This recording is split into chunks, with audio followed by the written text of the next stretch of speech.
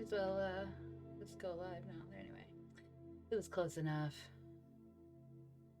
Oh, it's 9 anyway. See, my timing's off. Okay, come on, there it is. Say, come on, load up. So yeah, I'm doing. Oh yeah, I gotta check on the squirrel. That's awesome that it was doing so well though, because a lot of times squirrels they're really touch and go. Like to even keep them overnight is a huge accomplishment. So you did good. Yeah, I know how it is. I did reptile, and well, I did other animals too, but it was reptile rehabilitation for the most part, and it was always hard adopting them out.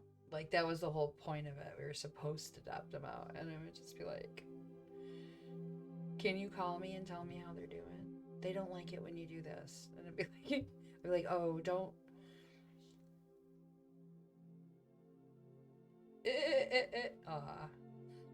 Yeah, they're pretty cool animals. Like when they're young, like they actually make good pets, but they're you know they're actually not good pets because they don't belong. They don't belong in their little house. But yeah, that's cool that it did well and is at the rehab center now. I have just been swamped. I tried so hard to get on over the weekend and it just did not happen. Yeah, they don't want them to bond with people. That's why they're like, hey, can you like bring that here? Because you're going to try to put it in an outfit or something. And like, dressing it up. That's what happens at my house. I had one squirrel. He was too far gone when I brought him in. He was barely alive, and I tried really hard to get him warmed up and to take some fluid in, but he had been, I think, cast out of the nest by his mom because he was possibly ill. So um, it is what it is. But we tried. I don't use, like, I mean, I won't leave them, but I also don't stress myself out about it. Yeah. No, none of that. So yeah, that's enough to keep you busy. Thank you for following Relish35.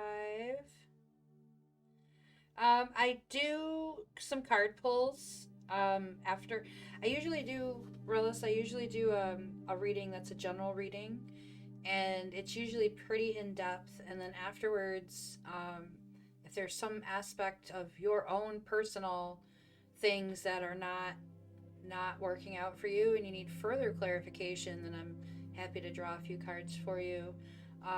No, you're fine. So we've probably got, it'll probably take me, I don't know, usually it takes me between a half hour and 45 minutes to get through this.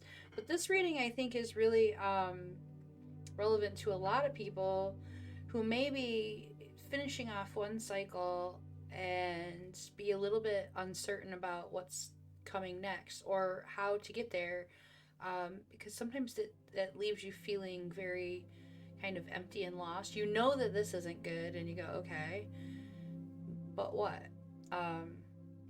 So this card reading is going to kind of address the so what? What's next? What do you need right now, and where are you headed? And then if there's anything that you need afterwards, feel free to ask. You can always come back to and check back with me, or if you'd like a private reading, you can hit me up on one of the social media. I do a slide scale for my private readings as well. So if you're looking for something a lot more detailed for you specifically, that would be the route that I would go. But you're more than I'll draw some cards when I'm done with this reading also.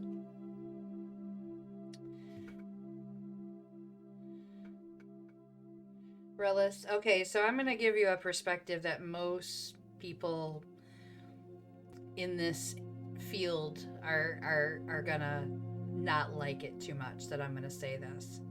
Nothing can affect you unless you allow it to. Nothing.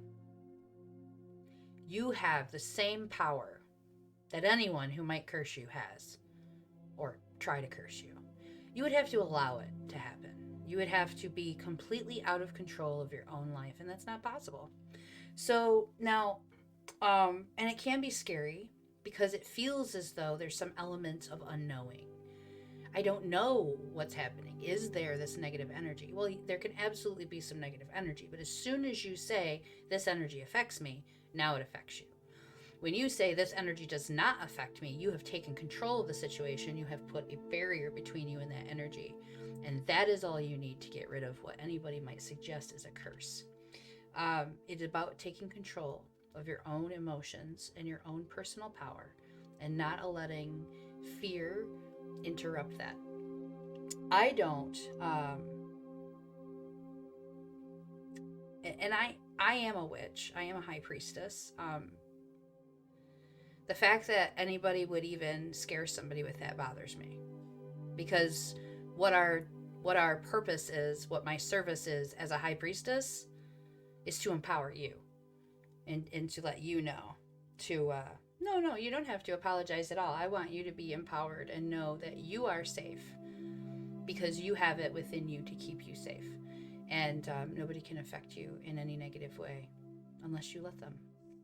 And that goes for magic too. Magic is all energy, and we are all energy.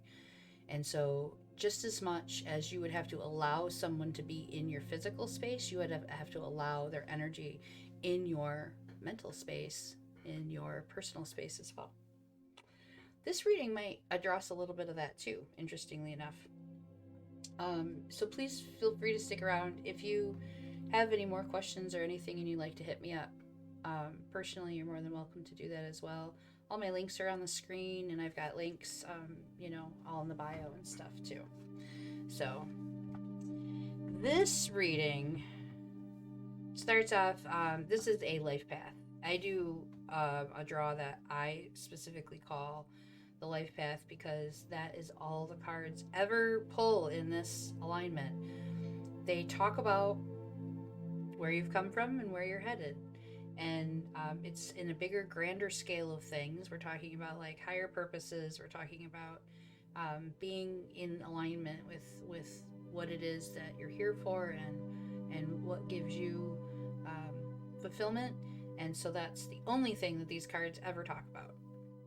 And I think this is far more beneficial than scaring people. I'd rather give you a tool than just tell you that there's something around the corner. Like if I give you something to do with it, at least you know when you come around the corner you can handle it. Rather than like we're gonna hit. I'll gesture. We'll make gestures. So this is the foundation position. This is Earth. We are at. It's the Princess of Cups. It's a pretty cool card. I like the artwork on this Starman deck. Anyway, Princess of Cups. She's very perceptive, and this is the energy that we're bringing in here, regardless of your gender. Perceptive, very perceptive. Almost feeling a little bit overly perceptive, perhaps right now. It might be a little bit enhanced. One of the things that the Princess of Cups has come to terms with. When this card comes up, the individual has usually reached a point where they have recognized that they need some security and stability in some way. And that when things are uncertain and there's no plan and there's no anything, that can be very disruptive. Predominantly in love, because Cups is about relationships and love. So this isn't necessarily talking about you're going to feel better if you stop moving around. It's about your friendships, your family members, and your romantic relationships as well, your partners. You just feel a lot better when there's some kind of understanding there and you have a trust. And without that can be very disconcerting. So the Princess of Cup cards also recognizes that the listener here is, whoever this is drawing to, is a messenger of sorts right now. You are conveying information from the higher to you and then out into the world. This is a role that you've taken on at this point. You're almost living in two worlds. You're living in this spiritual realm or in this higher emotional state realm where you're doing some inner work.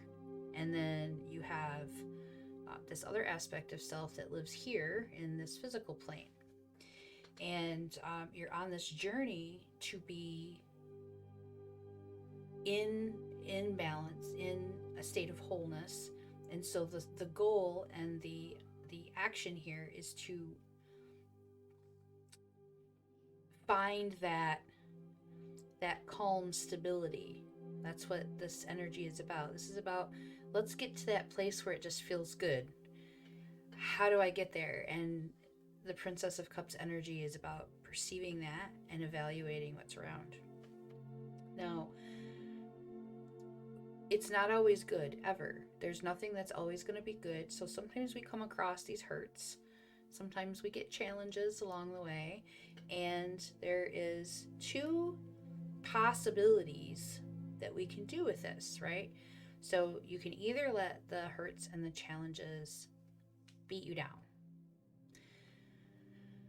make you bitter, make you angry, make you resentful, make you think, why does this always happen to me? It's always me. I never win, right? Sometimes it feels that way, and you can allow that to occur in your brain. That is a choice, that you think that way. But you can also choose to allow these hurts and these challenges to build your compassion, to build your patience, to make you a more loving person. Overall, choosing not to be bitter or resentful about things that you experience in life, because you're not the only one. Everybody else is getting it too. So it's like, to think that it's just you, that will make you bitter. To look at it and say, I'm not the only one who suffered. I'm not the only one that's in pain, and I'm still here and I'm still kicking. And when I see somebody over here and they're struggling, instead of being, impatient with that, I'm going to be compassionate. If I see somebody who's doing better than me, instead of being patient with myself, I'm going to be compassionate. I'm on my journey, they're on their journey. It helps you regulate your internal storms, so you're not getting off course here. This is what alchemy is. People always alchemy is the science of turning other metals into gold. The whole concept of it, from the Hermetic principles, from the philosophical line, this is alchemy. What we're talking about here, we are literally transforming burdens and difficulties into opportunities and possibilities. It's mental alchemy. It is effort. It is work. It is not something that is natural and easy and just everybody just gets to it. It does take practice and application. So be willing to see that opportunity. Now, even when you're listening to somebody, like say somebody's complaining, look at the complaint from a different perspective.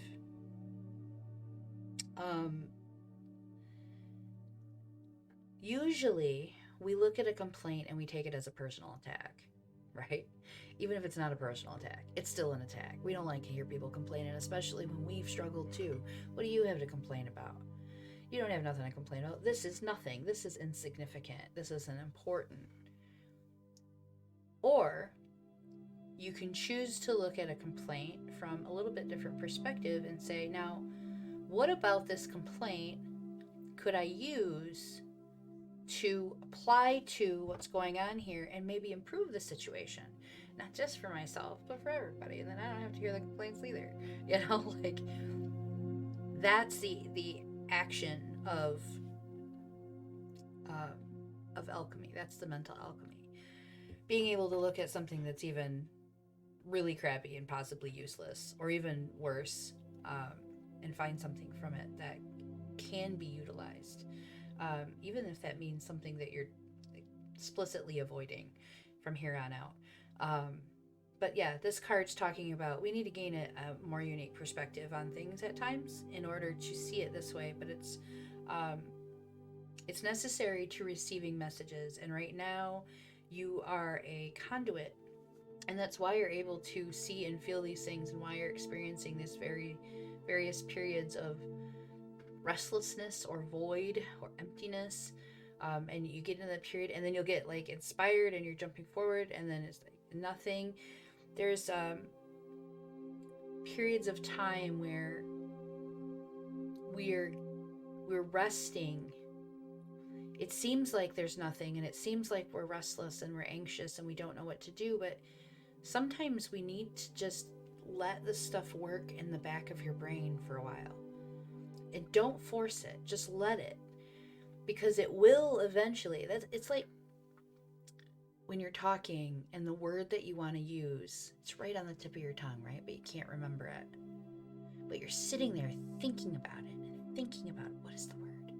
What's that name I missed? What was that name? But if you say, it'll come to me in a second. Anyway, and you move on, usually within a minute, you go, oh, that was the word. That was the name. That was the whatever. It pops in because you stopped. You gave it a rest. You gave it a second to process, and then it came right forward for you. So there's a lot of that in this reading. We have to learn to read our intuition, and that's why I made that the topic about what is intuition and how are you reading it. Like, how do we know what our intuition actually is? What does that feel like?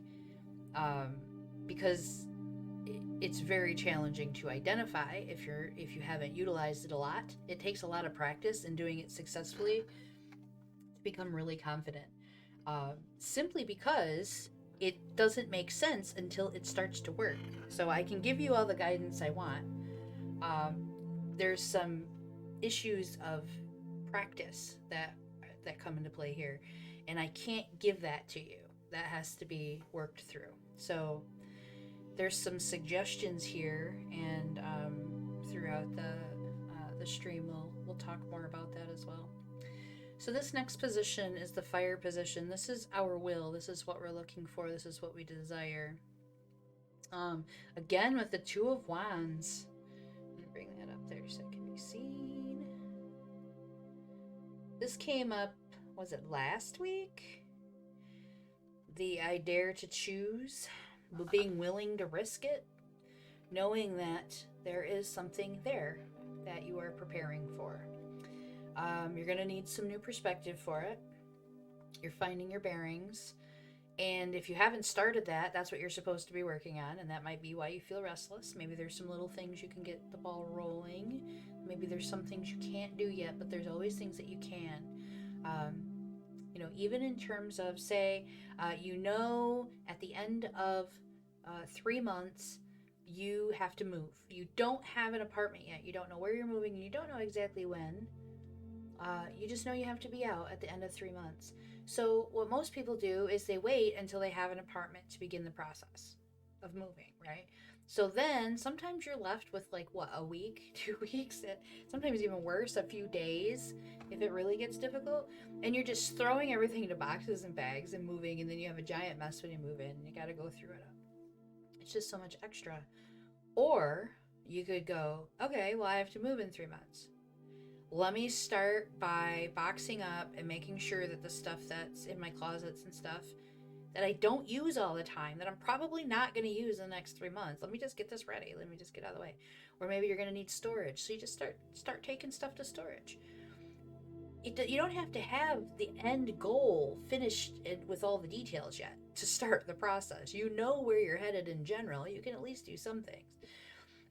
So this is making plans, but you have to actually put them into play. You can't just go, I'm going to do this, and eventually I'm going to do this, because that's all you're doing then. You're just sitting there and thinking.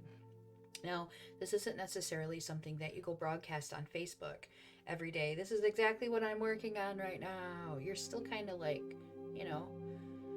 developing your plan, your strategy. There's no reason to throw it out there. In fact, I find that most of the time, if I am looking forward to something and I want something to happen, and I post about it or I tell somebody about it, that is not necessarily somebody who I know for a fact is on my team. You know what I mean?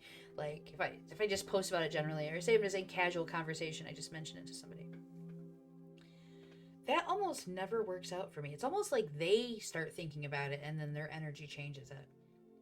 I have found that a lot of times, if I'm working on something, if I'm planning, if I've got something big in the works, it's best for me, as much as I might want to share it with the world, it's best for me to not yet. And then when I get to the point where I'm ready, it's all solid, and I feel a lot more confident about it. So at this point, it's about gaining perspective until that idea seizes you and the picture and that final end result starts falling into place. Because we are looking at and aiming for bigger pictures and longer goals. We're not looking for 6 months from now at this point. We're way too old for this. We have to think about long-term goals, because ultimately that Princess of Cups needs stability, right? That's the energy that we're looking for. So that means you plan, draft, and then start executing.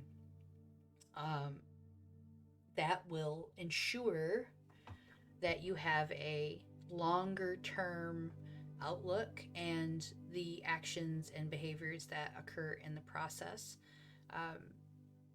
are going to be a lot more. I don't want to say that there's more give in them, but you have a little bit of wiggle room, right? So you don't have to be perfect. It's not, there's no such thing. It's like whatever is you, and whatever happens, happens. But there's a time that it just strikes you. Now, if you're already feeling very, very anxious about the thing, my squeaky chair, if you're very anxious about the chair, and my camera is like cutting off most of my head.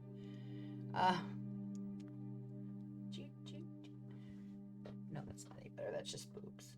Sorry. I guess it is what it is. The boobs are gonna be here anyway. But we're waiting for the right opportunity rather than just diving in. This is not, long-term execution usually does better if there's more thought put behind it. And so sometimes you're going to need to do some thought. So if you've gotten to the point where you're like, okay, I'm done with this, whatever this was in the past, like, I don't want that no more, but you don't know what's next, that's what this card is talking about. It's saying, hey, don't you want this loving stability in your life? Don't you want to utilize your intuition to guide yourself there without stressing out about it? Well, then you have to make some plans and actually figure stuff out, and not just dive in and randomly make decisions and do things. It takes a lot of discipline, mental discipline. Now we're gonna get into a little bit more fun stuff, because there's a lot going on here. So the 9 of Wands.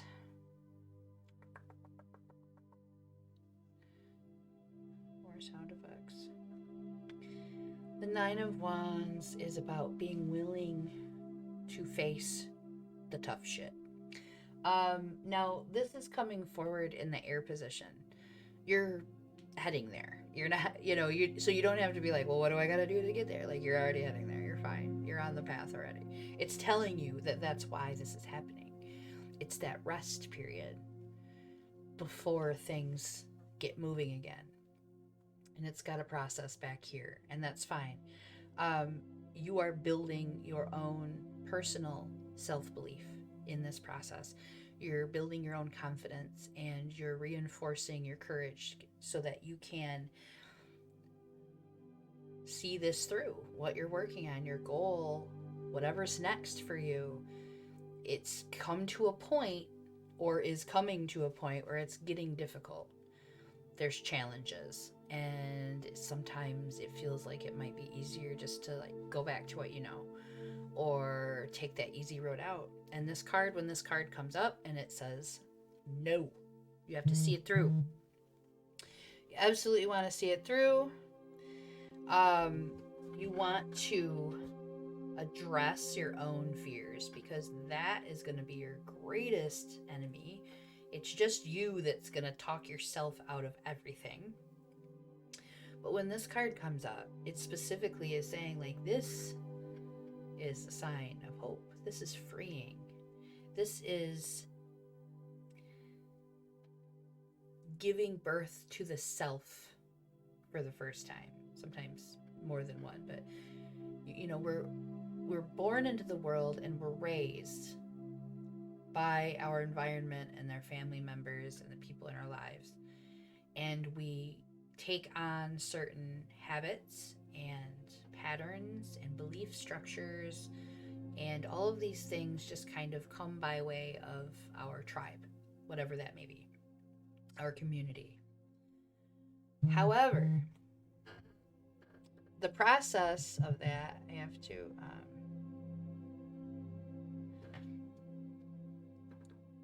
so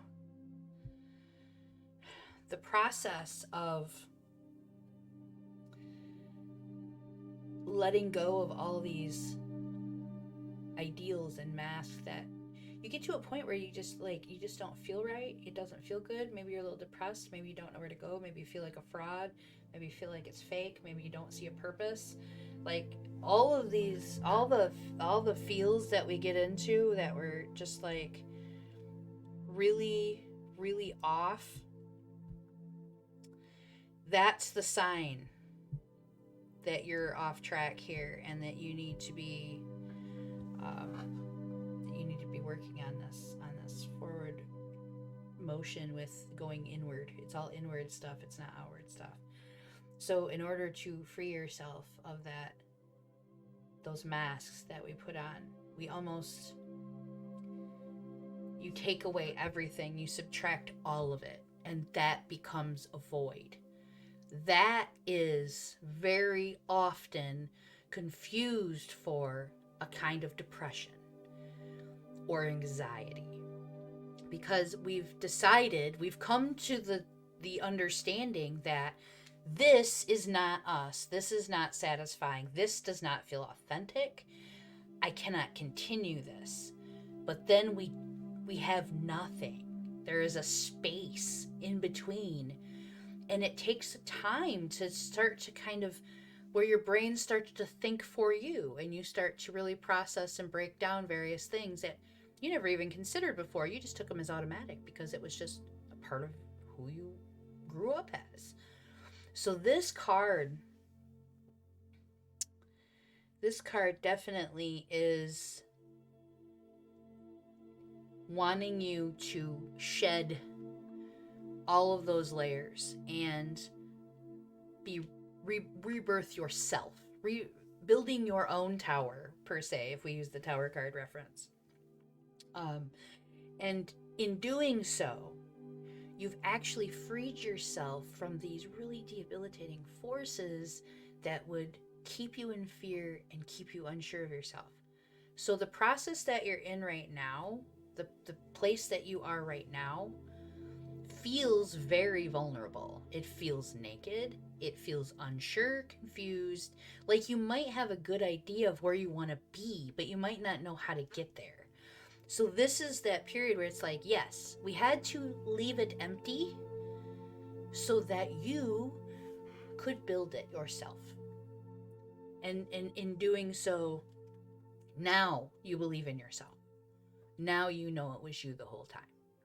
Now you know what your potential truly is without what somebody told you your potential is. That's a big deal. Because it's extremely empowering. It's the most empowering thing you can do for yourself, is to take that time to shed everything that no longer suits you or fits right, and allow that void to become the birth of you from yourself. And it seems like backwards, because you're like, I'm starting from nothing. How can I? Exactly. You're not supposed to take from anything else. It's supposed to be from you. And starting from nothing allows you this blank slate. And it does feel overwhelming because you don't know how to maybe you don't know how to paint, you know, and you don't know what to do next. But there is a great deal of confidence and self-awareness that comes from shining a light in that void and starting to identify these little pieces of you that are real and genuine and authentic. And then from there they grow. You don't need to look for like whole pieces of self. You don't need to fill it up. That's like, like, oh, I just got this storage unit, so let me go shopping so I can put stuff in it. Like, no, enjoy the space for a little while and enjoy cultivating and curating your space. Find the perfect piece for that space. Don't just go grab whatever you found. You went through emptying everything recently, probably, within the last few months for a lot of us, where you got to a point where you gave up all of it. You had to walk away from everything that you thought you were, that you thought your life was headed even. In some cases, it's drastic. In some cases, it's maybe a little bit smaller. But you did that. The reward is getting to enjoy that space. Once you learn that it doesn't have to be scary to be in that space, it can actually be really exciting. There's a lot you can do with it. It's like moving into an empty apartment, and you have every opportunity to pick exactly what you want. There's no limitations here. You've been told there's limitations your whole life. You've been told you could only do this. I was told when I was a child that I was tone deaf. I'm not tone deaf. I had a problem with my ear and it's fixed now. I have to maintain it every few years, but it's fine. But I truly believe that I was tone deaf, and I never tried to pick up an instrument because I was existing in this belief. Why would anybody tell me that if it wasn't true? I couldn't even fathom that. But then as I got older, I realized that, we say and do things a lot of times to other people that we don't understand, and often it's a reflection of some kind of turmoil from within the self. So I look at the person that said that to me and I say, okay, well, you may have been going through some things, but that doesn't mean that what you said is true. And it's not. Factually, it's not true. So it works out. But it's kind of about learning to recognize that false voice. And sometimes that false voice takes the voice of somebody in your past that has had a huge influence on you. And it's very hard to tell that voice to shut up because you would never do it in person. But that's where it works, because it's not real. It's in your head. Well, I don't want to say it's not real. It's real in your head. But it's not. You're not actually saying it to the person. You're saying it to a voice in your head that is completely disconnected from that person. That voice is actually you giving weight to what somebody else said about you. So you have to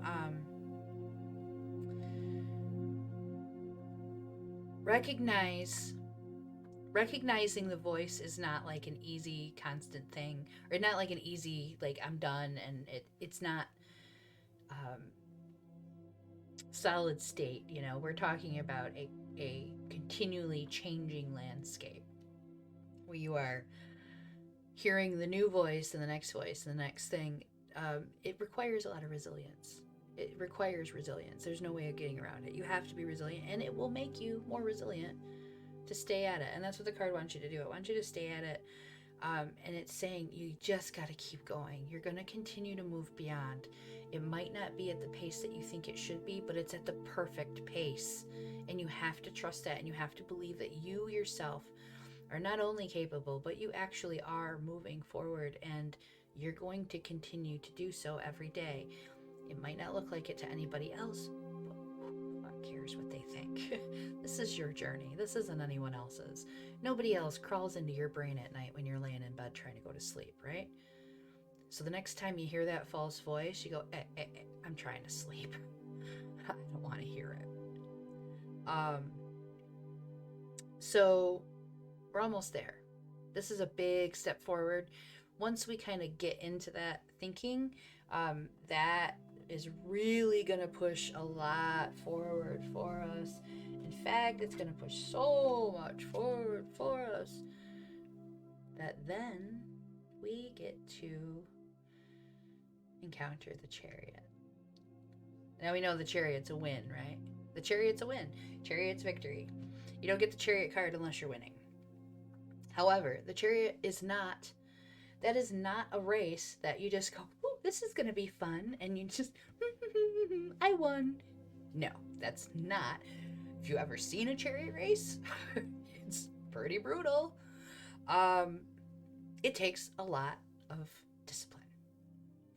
Because those chariot drivers, they have to know their vessel. They have to be completely in control of what's in front of them. They have to be aware of all of their peripherals. They have to stay calm, steady, and focused, because losing their nerve is going to cost them the race. Having a breakdown and pulling over, you're not going to win that race. You have to look at it as, I am confident that if I prepare and if I am diligent, I will have every bit of success that I want. But I have to put the work in. It's not going to just land in my lap. It's just, as much as we love to talk about manifesting miracles, like, let's be real here. It takes a little bit of something. You gave it a push. There's a catalyst somewhere. And we're going to talk more about that because it actually comes up in one of the other cards. The catalysts. So yeah, we're reining in emotions here. You cannot get upset on this journey. You cannot get out of control with aggression. You cannot get out of control with jealousy. You cannot get carried away in your ambition, because that's it. You lose sight of what's in front of you. If you're looking way here at the finish line, you have given a weakness, a point where you can lose the race because you're not fully observant of everything. You're not fully present with this moment now. The universe already knows where you want to go. You already told it. You tell it when you daydream. You tell it when something good happens and you feel good and you feel grateful. The universe says they want more of that. It's reflecting from you. So it already knows. You don't have to look at the finish line. You know where the finish line is. And, then you'll get into another race. But for now, you have to be here, present. What is directly in front of you, what is all around you, you know where you're going. Just stay focused in that. This is kind of a balancing act of emotions in life. So when we're focused on a goal, when we want to actually make it happen, if you're scrolling the internet and you see some drama and you get involved in it, and the next 12 hours is you back and forth in it, which, believe me, we've all been guilty of at one point or another, you have not maintained that focus. You've taken your energy and put it into something else, and you put it heavily into something else. You allow that to take you off track. If that were to happen when you were actually in a chariot race, you'd probably die. So the analogy here is a little brutal, but the reality is, you just said you wanted to take a risk. You wanted to do something. So focus on it. Discipline yourself. Give yourself some tasks. Ask for advice if you need advice. If you don't know how to do it, talk to some people who are good at it. Ask them what they do. I have learned more from other individual people, just hearing them talk about their methods and how they get through stuff, than from any self-help book. I mean, honestly, go find somebody you admire and ask them how they deal. And you don't have to, ask them for a 3-hour lecture. Ask them about one particular thing and then go and get some other perspectives. But if you're looking for what's going to get you started, maybe you need to, get a handle on that. Maybe that's how you're getting your bearings, is learning what might work for you in terms of discipline. The other thing with this card is you have to stay in motion. You can't just stop. If you want to make it, you stop, and you literally like stop, and then everything keeps going without you. So when you decide what that next goal is, and you are confident and it is time to act now because you've done all your preparations, you're ready, now you can stay in the moment and stay focused because you knew you were ready. You prepared yourself, you prepared your environment. Yeah, we're staying in motion, we can't stop, and we're staying in control of the emotions, because if we don't, we steer off course drastically. Sometimes that steering off course can lead to some really, really, really bad off steering. In one case in particular that I was dealing with, I was literally like months off course because I got involved with it didn't feel, I don't know how I want to say this, like it was convenient and it was an easy distraction, and I allowed my distraction from when I was struggling to completely distract me all the time. And then next thing I know, it's months later, and I'm like, wait a minute, wasn't I trying to do something? Like, I was trying to make something happen, and I don't even remember where I'm at now, and I feel like I have to start over. It was a mess. I allowed this situation to take over my emotional energy, and I was way off course months later. Did I learn from it? Yeah. Oh yeah, I sure did. Sometimes the goal is bigger, and if a relationship is worthy, it'll wait. It'll be there when you get there. So, yeah. We have to like consistently refocus goals. That's basically what the card is about. You're consistently refocusing your mind, consistently refocusing, rehoning your goals, consistently taking stock of what's going on around you, and it requires a lot of work. Okay, I cannot stand it when I like come across some like law manifest teacher and or law of attraction teacher, and they're just like, like no. Okay, look, I do manifest things on a regular basis. I could go off for probably 6 hours talking about individual experiences in detail and have people on to confirm the stuff for you, but that doesn't help you. It doesn't help you for me to convince you that I can do it. I'm trying to teach you to do it. So that's what we're trying to do here. Refocus consistently. We have to let go of any of our past reactivity, automatic reactions to things. You see that post and you want to respond. Scroll. Ignore it. It's not there. It's not important. It's not a part of your goal. It doesn't do you any good to be upset about that. You see that text and you go, and you get ready. You're ready. You got like a 1 of 3, 2 of 3, 3 of 3. You're just going with it. No, delete it. Is it going to affect you? Is it going to bring you benefit? Or is it distracting you and bringing your energy down? Does that seem rude? Yes. Is that, what do people expect from you?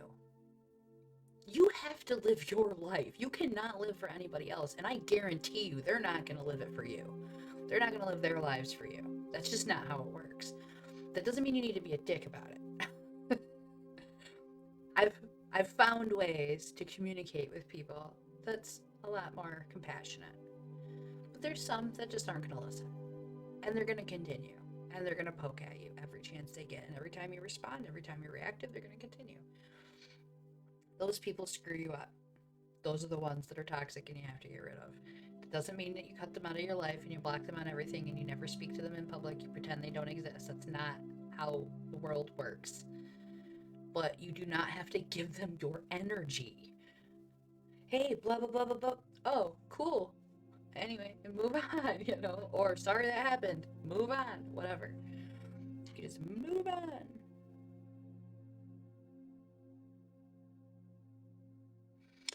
Yeah, well, in your case, that was like, you're gonna have to be, that one is a different situation. Um, so yeah, Chariot card, we're acknowledging that we are on a path here. Or you're about to embark one, because this is our, like, this is what's coming forward.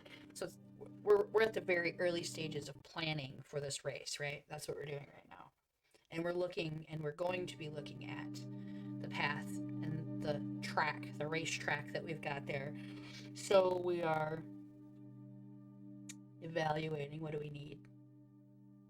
How long is this going to take? What are some of the things that I should be looking out for? You're taking charge. And it really wants you to seize the moment. Seize the moment. When the opportunity is there, when it feels right, no hesitation, just go. These cards are literally trying to point someone out. Like every week it's almost been like there's something that is holding you back, and I'm pretty sure it's your own doubts. It's your own doubts, it's your own insecurities, or maybe uncertainty. Maybe you're not quite sure what it is yet. The cards say that's fine. You're still there. You're still figuring it out. But it wants you to go at this a little bit more seriously, so you're understanding that in order to have the life that you want, um, there are some steps that need to be taken. And the difficulty is not in the steps. The difficulty is staying focused on the tasks without emotional distractions. Now, sometimes, of course, we're going to have family members and things that we can't control that are going to invade our space. And in that case, you are the chariot driver. Okay, this is going on around me. Yep. Yep. And you're maintaining this inner calm and focus, because that's what he has to do, or she has to do, or they have to do, to stay alive in this race. Now, your race isn't going to kill you, but if you want to win it, you might have to take it that seriously, where you have to go inward instead of allowing the energy distraction out here. Um, so the last card in this section, and then we do that. I have 3 oracle cards instead of 5. The Prince of Wands. This is going to be our spirit advice card. So what are we supposed to do with all of this information now? How do we actually apply it? The Prince of Wands is kind of cocky. I mean, he's not cocky, he's confident. There's a certain point that he's gone through some dark stuff, right? He, they, she.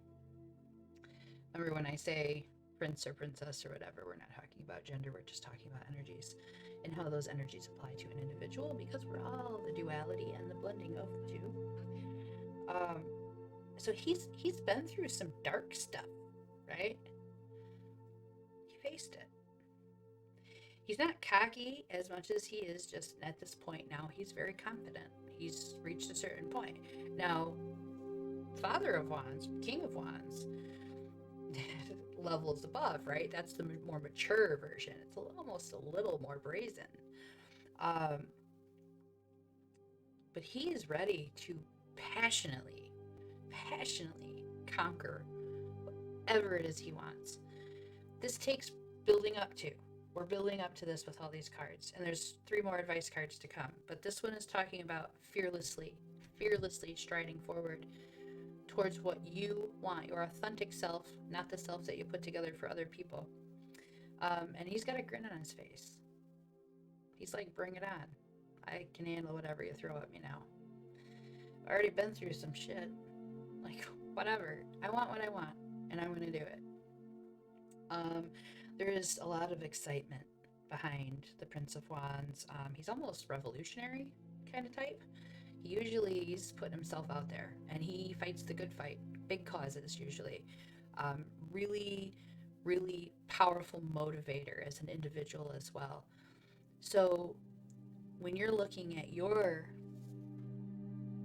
pictures ahead, you're embodying these. When you start to begin, you're embodying these characteristics. You're going to be emboldened, and you're going to be courageous, and you're going to look at what's ahead of you and say, I can handle all of this because I have before. And you know what? I'm so good at it now. I might have a little bit of fun with it on the way.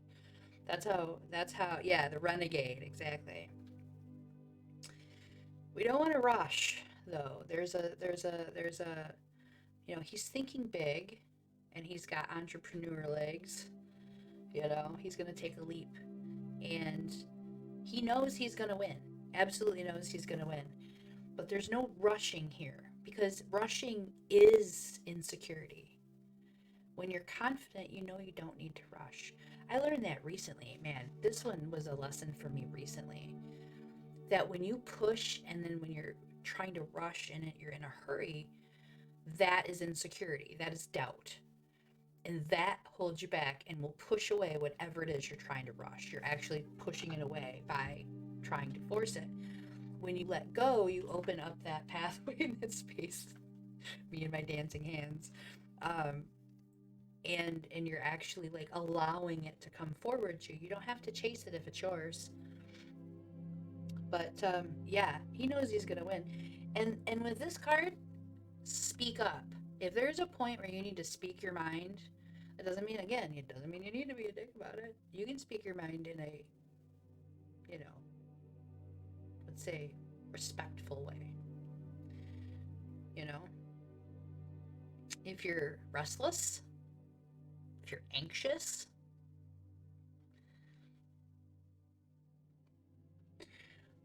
why aren't you taking those steps? It's the fear. That's what the rest of the cards were talking about. How to get past that fear. How to recognize that void, that open emptiness, the confusion, the I don't knows. I got rid of the yucks and now it's just empty. What do I do next?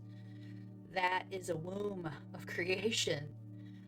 And it's a little scary, but as soon as you look past the fear and you go, oh wait, this is actually like an open realm of possibility. I can do whatever I want with it. There you go. Now, if you're restless or anxious, what are you doing? Or what are you not doing? So that's the advice card here. Being a little bit more confident and there's a process of building that belief in yourself and understanding that you are capable because you are building it yourself. Nobody else is doing this for you. These oracle cards, I think, just added a lot to and will lead into talking a little bit more about intuition as well. So this one's Child of the Cosmos. Really simple card, honestly. The universe is operating on a mysterious force that we do not freaking understand, and we never will. But that doesn't mean it's not useful. There are times that we will be in the midst of things, or that we will be in the process of, or in the action of, and all of a sudden you will feel a knowing sense that you just know what to do. Or an idea comes to you and boom, there it is. And sometimes we go, where did this come from? Like, it literally just popped in my brain out of nowhere. Because we are we are a fractal of a larger conscious, collective conscious universe. And when we allow it, that is just the messages transmitting through to us.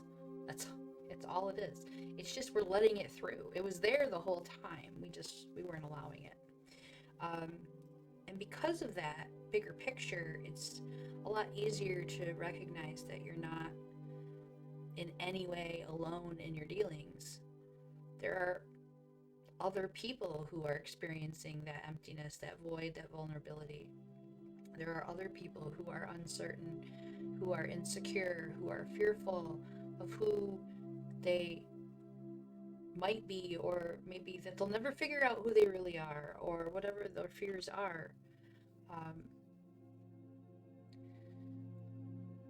If a flower knows when it's time to bloom, I think you can figure it out too. Like, you'll get there. So you don't need to be impatient with yourself. In fact, you're more focusing on the actual acts of your goals rather than overanalyzing all this stuff. And it's not helping you move forward. This is my absolutely favorite card in the animal deck, in the animal spirit. It's the white raven.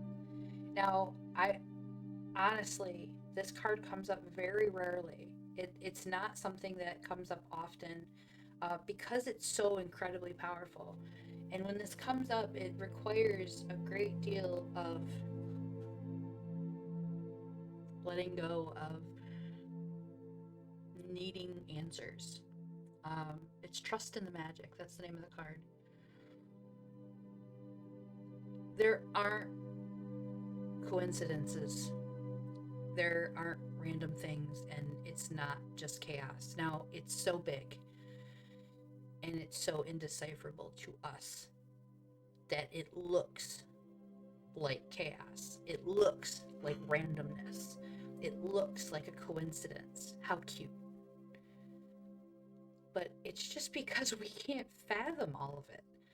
It's not, but think of it the way scientists initially were looking at the solar system. They had very few details. And so they kind of, pieced together this is what happens, and then something occurs and they go, oh well, let's just adjust it. They were able to how do I want to say that?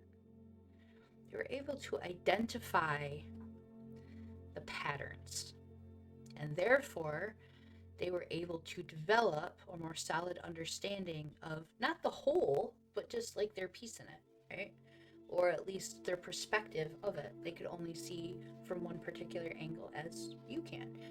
And you're going to get better at it. There's actually a card next that's we're going to talk about how we're going to see more angles. But you're still very limited. And there's the synchronicity in these patterns is actually literally messages and signs to you. So when this card comes up, it's telling you like, yo, if you're really confused, if you really don't know, watch for the signs and it will show you, and expect them. Don't go into it going, is that a sign? If it does it catch your attention, then make a mental note of it. You'll figure it out if it's a sign or not. And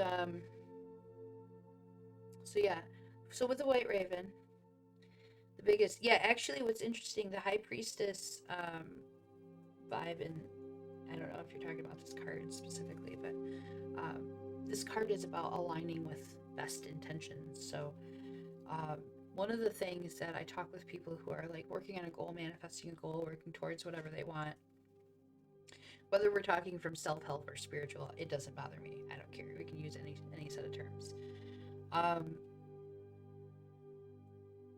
When you have taken into consideration your goals and how they affect outwardly. So when I'm planning, when I'm thinking of something that I want, so for example, we'll just use one that I've already done, an album release show that I wanted to travel to. A lot of people will instantly go right into, okay, I'm manifesting the trip, right?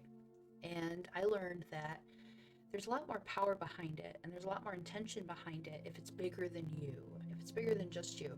Now, you don't need to know the details because you don't know what the best is in other situations, and it's not good magic to try to influence another person. If they're meant to be in your alignment, they will be drawn to you just by you existing. So we don't chase. Instead, when we think about our goals, think about them a little bit bigger than yourself. Think about so what benefits will come from you when you reach your goals. Now, the first thing may be you're going to have a better standard of living. Maybe you're going to have better nutritional health, and you're going to get to see a doctor. Maybe you're going to take better care of your pets. These are bigger things, right? You feeling better and living your best life, that's a big thing. Taking care of your pets and giving them a better life, that's beyond yourself.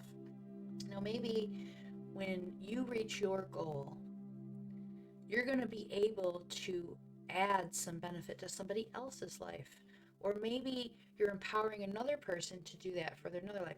There's these ripples from everything you do, right? And if you think of your goals in terms of that stone is going to skip and make these ripples all over the place, and that each of those ripples is an effect that your actions, that your goals and your pathways have had an effect on the people around you. A lot of people aren't directly in charge of what they're doing, so they're just kind of bobbling around. And if you focus your things and your thinking on, I want this to happen for me. I don't know how it's going to happen. I don't know how I'm going to get to the show yet. It doesn't matter. I'm going to get there safely. And not just me, but everybody who's coming to this show, they're going to get there safely. And we're going to have a great time. And all of these people are going to leave this experience feeling at their highest. They're going to be feeling this energy. They're going to be riding on it. They're going to get home safely, and they're going to spread that joy into their own personal lives. So it's not just me that wants to go to this album release show in another state. This is for the good of everyone. Anyone that crosses paths with me along this way, they get a little bit of that ripple, a little bit of that good vibe that I'm putting out for my manifestation. I have the best of intentions every time I seek something. It's not just me, I want the money. No, because me wanting money means that at some point the universe is going to say, you wanted? Yes, well, you're going to get that back now. I want, give me your money, thank you. But when you think of terms of being more financially stable so that you can improve the lives of other people around you, you know, maybe you are the one that needs the new car, but then you have the opportunity to sell your old vehicle to somebody who's in dire need, and you're giving them a good vehicle and you give it to them for a wonderful price, and they are also now receiving the benefits of your intentions. Your personal intentions for a new car just made somebody's life better because of how you think about it. So it's not just for you. And manifesting doesn't have to be selfish. It can be for the good of everyone that happens to cross paths with it. Everyone who needs to benefit from it, I want them to benefit from it. Not just me, I want them all to come with me. So, oh hey James, dropping some people in here. We're talking about tarot readings, so so yeah, best of intentions. The White Raven, we cannot see and comprehend what's bigger than us. We have no idea. But when we are able to pay attention to and trust in the miracles of this energy and this system that we don't understand, when we play into it, when we play the game the way it wants to be played, which is with love, when we put love into your goals, into your intentions, they are more powerful. They're the most powerful they can get. And I have found that through experience, every single goal that I've had, every manifesting that I have gone after, when I put into it that I wanted it for the good of all, not just me, I wanted everybody involved. Did I want to go to that show? Absolutely. Does that mean that the artists playing have to feel good too? Not just me. Everything has to fall into place. It's not random. It's big pieces. They're all little pieces of a big picture. So you're supposed to be paying attention to these beautiful synchronicities that kind of fall into place. They're very subtle, and a lot of times you won't recognize them until later, but just be open to them, and you'll start to recognize what was what. Later you'll look back and go, remember when? And you'll have these little memories that pop in. So one last card for this reading, and then we can do some individual draws if anyone needs any further guidance. This last card leads right into the intuition talk. All paths lead home. This one's come up a lot recently. This is ultimately, it always comes back to you and their inner self. You literally create the entire reality for yourself. Like, it's so difficult to break this down into simple terms. That's not going to turn into a 3-hour stream just on that one subject. But it's always been you.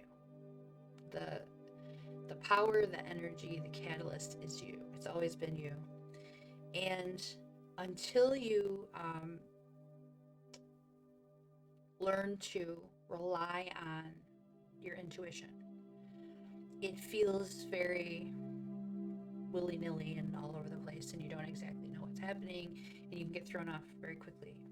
But as you become more trusting of yourself and your intuition, you'll find that you're able to get through all of your difficulties with a lot more grace, less pain. You'll feel a lot more connected. Now, one of the techniques that the reading is suggesting here, this card specifically suggests a specific practice. Now, when we are empathic, which most people who have any kind of spiritual insight or feelings or etc., you're probably empathic, okay? So most people who are empathic become so overwhelmed and overstimulated with everything that's coming at them that and they're never taught. We're not taught as children how to do this. I had to learn as an adult. We're not taught how to shield ourselves from that or how to turn that off. So what happens is, over time, we just build a giant wall between ourselves and our intuition, because we can't decipher the intuition and the other crap that's coming through. It's too much. It's so much that you have to shut it down. And so what this card says is, you cannot just cut yourself off and be done if you want this to work. As much as it might be hard, because you know that it comes with all these things. But remember, the one card we're talking about, alchemy of our thoughts and our energies. So you have to look at it. You have the power here when you go out and you put the energy out there. What you're taking in, you can control that as well. Yes, you have to check in. You have to practice checking in. So you might cut off, and eventually you're going to feel so disconnected, you don't feel like anything matters, and you have no ambition, and you don't care anymore. That's what happens when you are an empath and you cut yourself off. You shut it down and you don't check in, you don't come back to yourself. You have cut yourself off from yourself also, because you couldn't tell the difference. So what we should be doing instead is the practice, the discipline of, I have to focus on my work. I need to be over here, right? So I cannot allow this stuff in right now. And that's fine. I'm going to do that. But then when you sit back down, when you have that time, you make the time to check in with meditation, with time in nature, with at the very least some silence. At least, if you do nothing else, even if you're just sitting in a silent room, listen to what is popping into your head. And if that scares you, if you go, oh, I don't want to know what's going to pop into my head, you do not have any control over your thoughts or your emotions, and that's what you're supposed to be working on. That's the connection that you have cut off. It's not like the doctor, just different vocab. Yeah, pretty much. I did mention, I have a friend with I think I mentioned on another stream, I have a friend who's a psychiatrist that we have conversations all the time, and I use my terminology and he uses his. But we have the same discussion often. It's really interesting how it, spirituality has, and my understanding of philosophy has led me to this. And then there's like psychiatry and therapy and like cognitive behavioral therapy, especially, is putting into practice a lot of these concepts that I learn about and talk about in application. So yeah, we have to get back in touch with that inner intuition, and it's there, and you probably told it to shut up or you cut it off entirely because maybe it led you astray once or twice, and it didn't. It was you. You just misinterpreted it because you didn't take the time to practice and learn. um, and it, it's like you just went and got on a motorcycle and took off like a bat out of hell, and you never did it before, and then you crashed into a tree and you went, ah, well, motorcycles are terrible. No, you weren't. You weren't ready. You didn't practice. You didn't prepare. You didn't put any effort into it. You just all went off. Yeah, you crashed. Of course. That's it. Doesn't matter what you apply that to. That's everything. That's life. Okay, so with intuition, we have to practice checking in with it. Now we don't have to you don't have to just instantly go into I just trust whatever I feel, because you have to learn to decipher between the things. So I recommend using some smaller decisions with your intuition, right?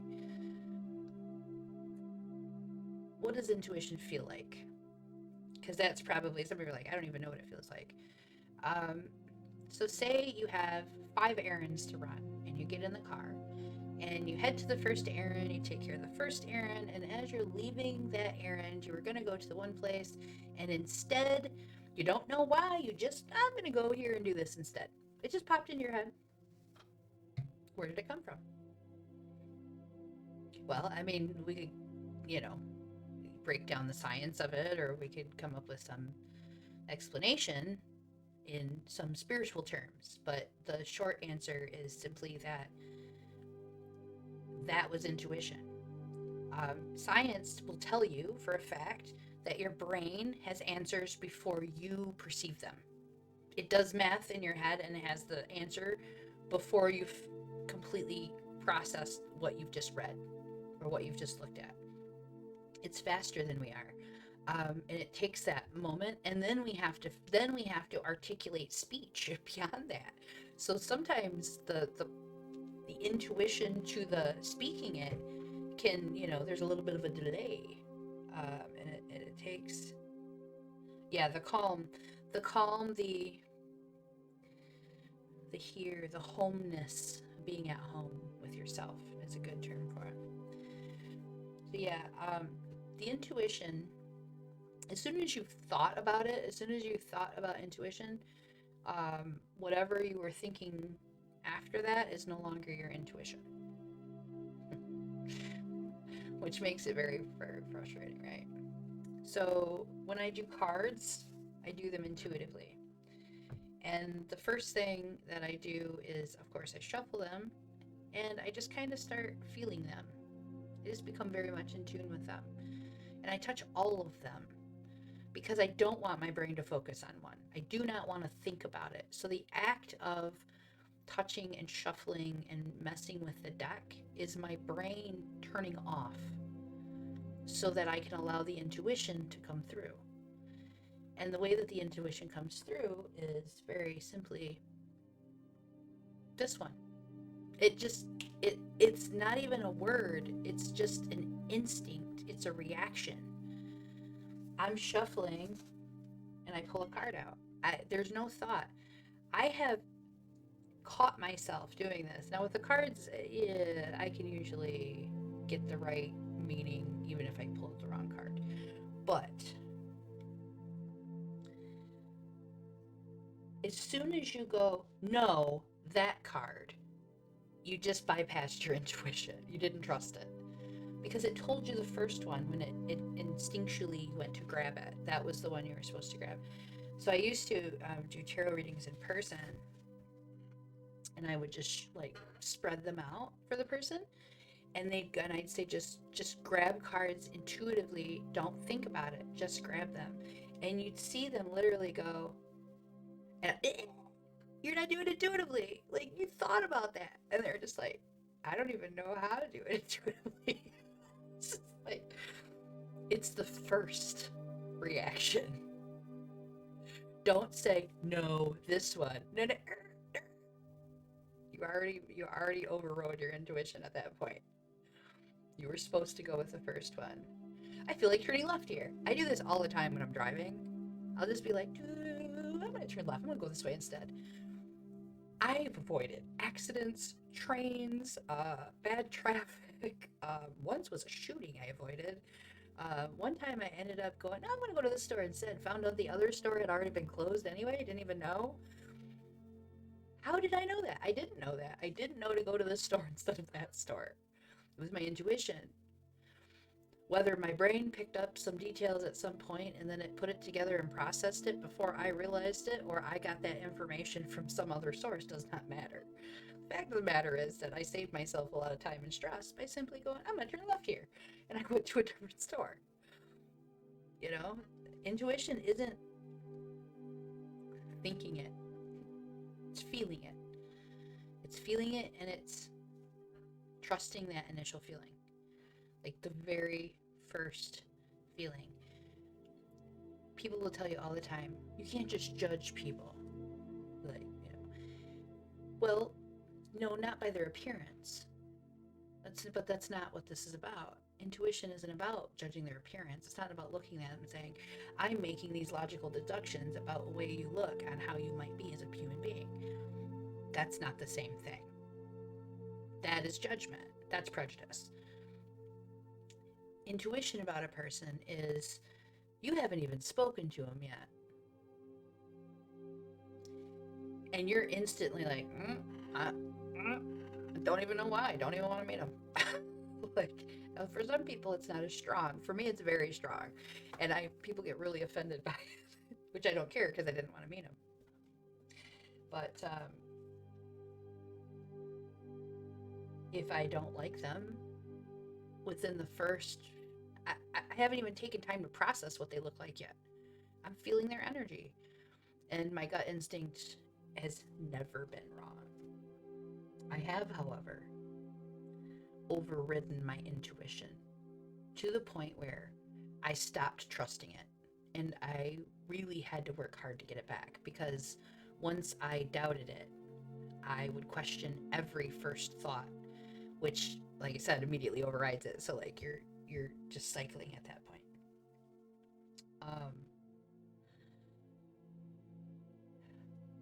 When we are overthinking a decision, you're overriding the intuition. That doesn't mean that you should take literally every freaking decision that you're supposed to make in life and just do it intuitively.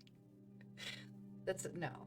Some things have obvious smart things, and some things are obviously stupid. And you have to have a little bit of sense in there at some point. Like, you have to put some of that in there. I'm talking about when there's options, or when there's possibilities, and that was the thing. Good job, Benna, doing a thing. Erica, did you do some things? Yeah, the overriding, man, this guy dragged me down so far. I wanted so bad to believe him, even though everything was telling me, what the fuck are you doing? And it resulted in this like cognitive dissonance in my brain, where I was like constantly living in conflict. Now, over time, it got to the point where it was full on gaslighting. I was sitting in my room. Yeah, yeah, I've seen people playing cards. I have such a thing with that bothers me so freaking much. If I feel that I have overthought the card, I will put all the cards back into the deck, reshuffle, and pull a whole new line. I can't just do one. It has to be all of them. I don't know why that is. It's just, it is what it is. But yeah. Yeah, I overrode, and I lived in this conflict in my brain for several years, where I would see a thing and I would know it was true, And then this person would literally tell me that didn't happen. And I'm like, okay, I didn't see the thing, but I saw this, like all these things line up and say this, and you're telling me that's not it. Nope, that's not it. My gut says you're lying to me. But you're my best friend, and I don't want to believe that you're lying to me. And so that's what I did. I didn't want to believe. I allowed instead the over-analysis to come to the decision that I wanted to come to, which was wrong. It was the wrong decision. I had not been listening to my intuition, and if I had, I would have probably avoided a lot of pain. But it's hard to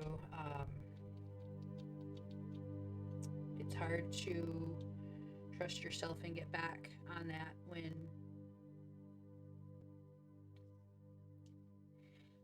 especially because there was times when my intuition would be telling me something, and then I would be unaware of all of the connected pieces, I guess, because I was shutting it off. I wouldn't see the connections right away, and it wasn't until much later that it all started to come together, and I went, this was all right in front of me. Like, I really could have avoided this feeling. Yeah, it does. You almost, like, I neglected a gift that I literally was given, and you do feel a little bit like, I should have known better. I should have done better. And I had to get out of that mindset because I did know better, and I overrode it, and I had some experiences that changed my way of thinking. And eventually, I was able to not only get that trust back in myself, but get it so good to where I could share it with others. And then that led to me doing what I'm doing right now. So, there's definitely no shame in not using your intuition, especially when it's about a person or a situation.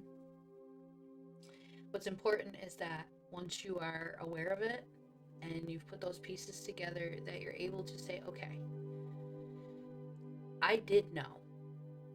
Now, I put my blinders on, and I'm going to forgive myself for that. I put my blinders on, but I'm not going to put my blinders on anymore. And that is the discipline. Yeah, we're back to the discipline. That's freaking hard. Yeah, for sure. Yeah, needing to see the end, same thing. You have the intuitive energy is already guaranteeing your safe arrival. If you're paying attention to it, you don't need to know what it looks like. It's going to make sure you end up wherever it is that you're supposed to. And if you don't, you could end up, in a really weird situation I don't even want to get into. We're not going to talk about that. That was bad. But yeah. Now, more recently, my intuition has led to things that are a little bit confusing from the other perspective, because a lot of times we use our intuition to avoid bad things, right? Which can be very helpful. I just, as an example, with that automatic reaction thing, I can literally specifically see it and experience it in my mind again, a time where I just decided to change the music at a stoplight where I was stopped, and then I look up and it's green, and I go, and a semi blows the red light crossing me. So I slammed on the brakes instantly, because I barely hit the gas. So it was, and I go, oh, that would have been bad. It was a gravel hauler semi truck. Terrifying. It was just reactionary. So we're used to that kind of stuff where we go, wow, I'm so glad, for whatever reason, I decided to change the song at that moment. Well, what we're not good at, we're really bad at, is using intuition to make decisions for the positive or to head you towards your path or your goals, because we want to overthink it. And it requires sometimes taking a risk because you have to trust it. And what if I'm wrong? Oh, what if you're wrong? Yeah, see, that's, you just overrode it. What if you're wrong? You're not wrong. You're not wrong. Whatever feels good, it's the feeling. Does it feel good? Does it make you sit there and question it? It's probably not for you.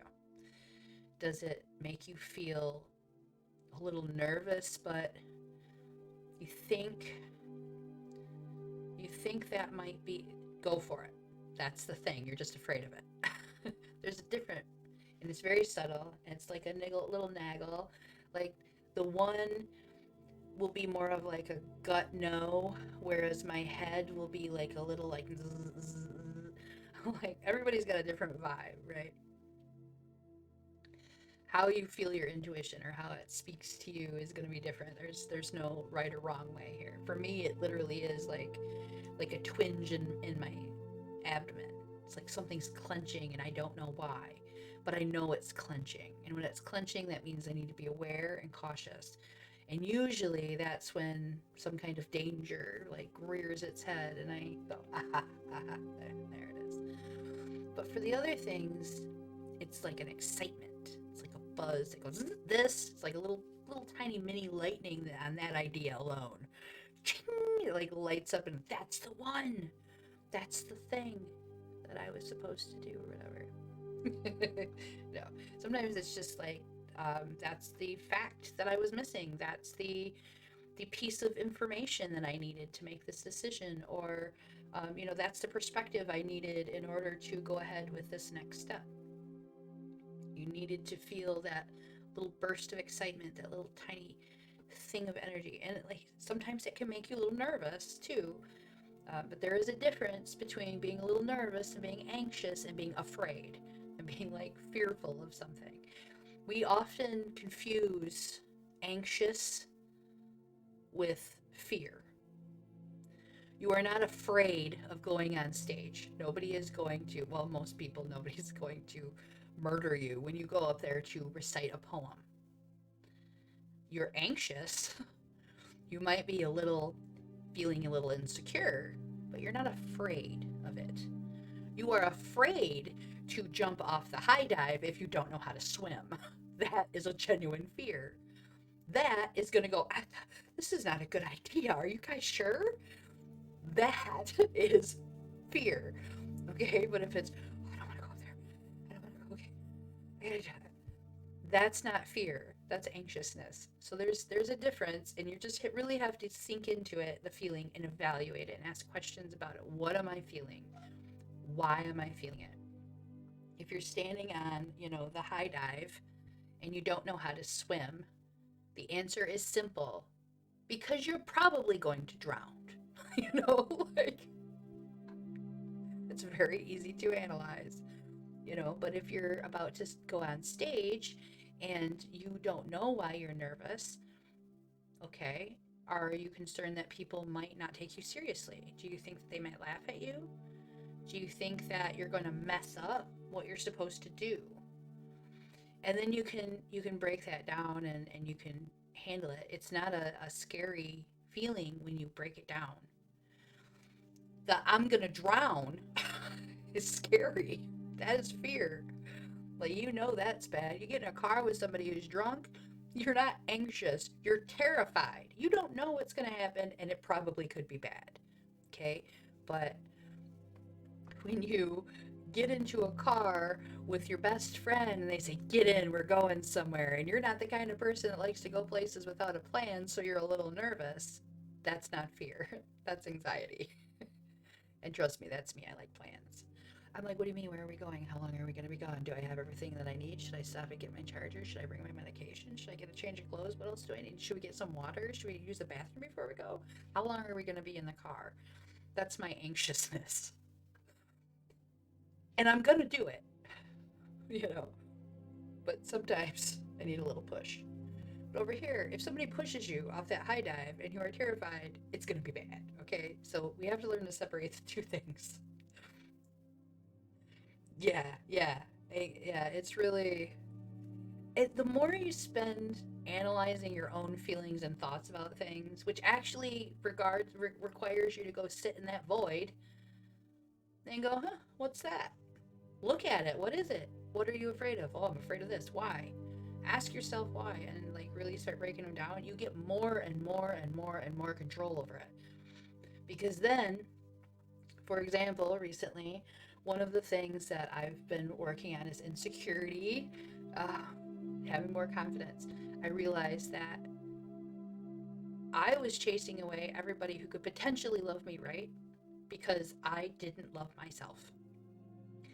And so dealing with insecurity in all its forms also means that sometimes at some point you're going to come and deal with jealousy. The jealousy one was not right one I was ready for. Uh, but because I had spent so much time thinking about why do I believe this about myself? Why do I feel insecure? Why do I think that this person could not love me the way that I am? Why do I think that they don't? Like, there's so many questions that I had to ask and I had to break it down. And as I got to it, then all of a sudden it was, okay, I feel really good about this. And then we're moving along down the road here. Things are happening, things are happening. And then now here's this thing that's happening and I want it. I want that to be me. Jealousy, right? But instantly this time, because usually I would like fall into that and I would be like, I don't like that. That's not fair. And I worked really hard. I deserve this and that should be mine. Da, da, da, da, da. And again, you don't have to chase it if it's yours. It comes to you when you allow it. So obviously it wasn't mine. That one wasn't for me. And being obsessed with that concept will take you so far off course because all you're doing is adding a bunch of I want energy into what you're trying to accomplish instead of I am, it's mine, I'm moving towards it. You're doing the it's getting farther away, I want that. So it's a scarcity mindset. Um, the other aspect of the there isn't possibly another one for me, it can only be that thing or that person. That is a scarcity mindset. There are so many freaking people in this world. There are so many people in this world, we can't even conceive of that number. So to think that only one person is the right person to fulfill that match for you, that's preposterous. That only that one car is going to make you feel good, ridiculous. You can have a number of cars that would make you feel the same exact way. So sometimes you're literally just moving through, and um, if you feel inspired to do something, do it. If you feel inspired to speak, speak. If you feel like reaching out to somebody, you don't know why, just reach out to them. What's up? Hey, what's up with you? I don't know. I just felt like reaching out to you. How you doing? That has led to so many conversations and things that have occurred just because a person popped into my head, and I just went with it. Huh? Let me see what they're doing then. They popped into my head. Why? So many times I've hit people up and they go, "I was just thinking about you," and I'm like, "I know. I was just thinking about you too." Those are my favorite because they go, "How did you know?" I don't know. You popped into my head. And on the same note, I've done that as well with people that I was in a good place, but they were not. And for some reason, they popped into my head, and it just felt like they were they just they needed me. At that moment, it was like a cry for help in my head.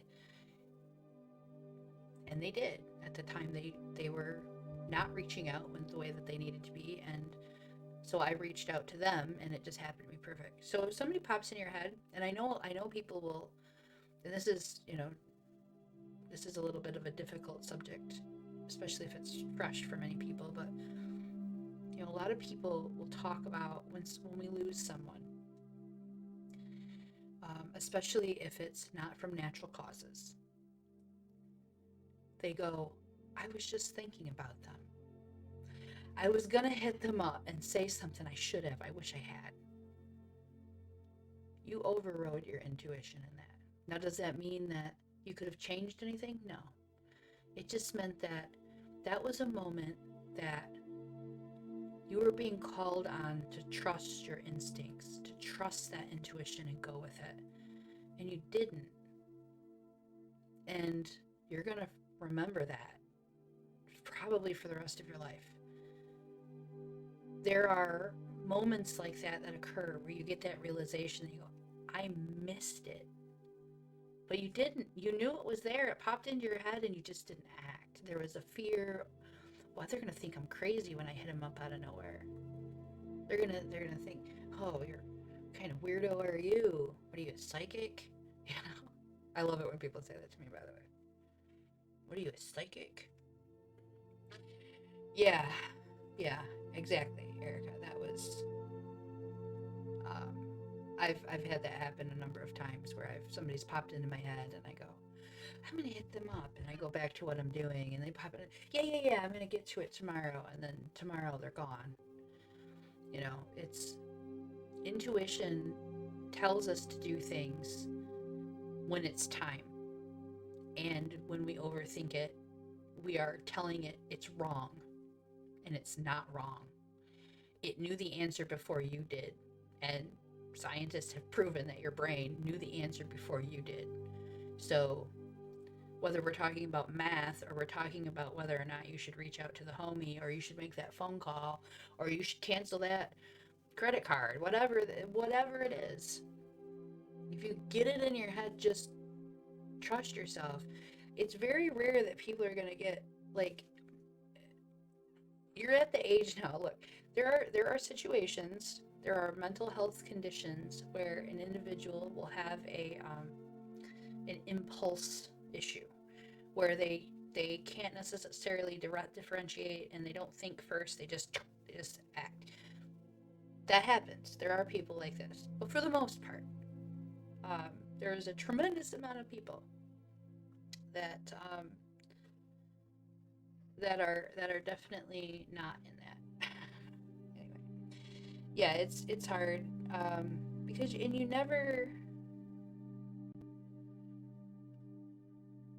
don't know, and that's the thing, is we don't know.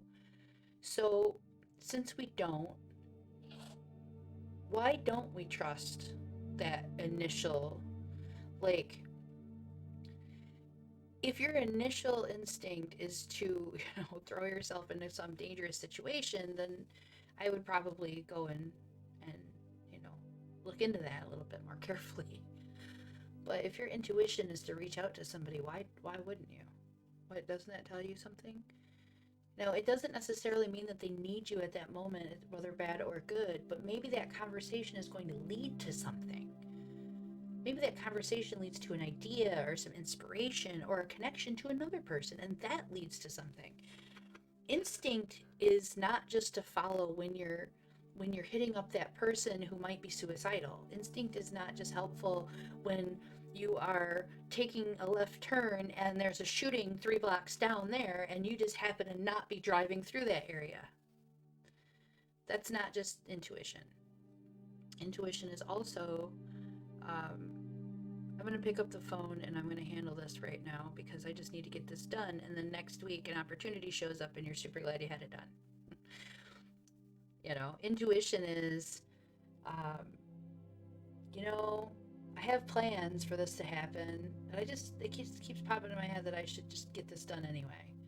Get it done anyway. It's telling you, it's helping you, it's aiding you, it's giving you an opportunity to be ahead of your bad overanalysis, because most of us are bad at it, including myself.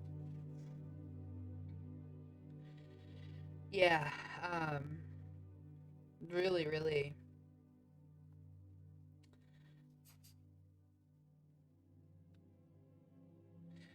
Yeah, and like Eric is saying, like, that you actually get like mad about it, and then you find out, and then you feel really shitty because then you're like, wow, I'm a fucking jerk. I'm over here, being selfish about the fact that this person didn't hit me back up. How dare them? Yeah, I've had that. I've been in something very, very similar to that. Um, I've also had times where I've been at just the right time. So I always think in terms of that equilibrium and that balance. And you might not know it or see it. Maybe it's already happened and you just don't know. But for every time that you didn't make the call or make the whatever time it was not right, there was a time that it was. So every time you think of that individual and you go, I wish I had whatever, there's some point that you did call somebody, you did message somebody, you did help somebody, say a kind word to somebody that was a ripple effect for them, and you just don't know it.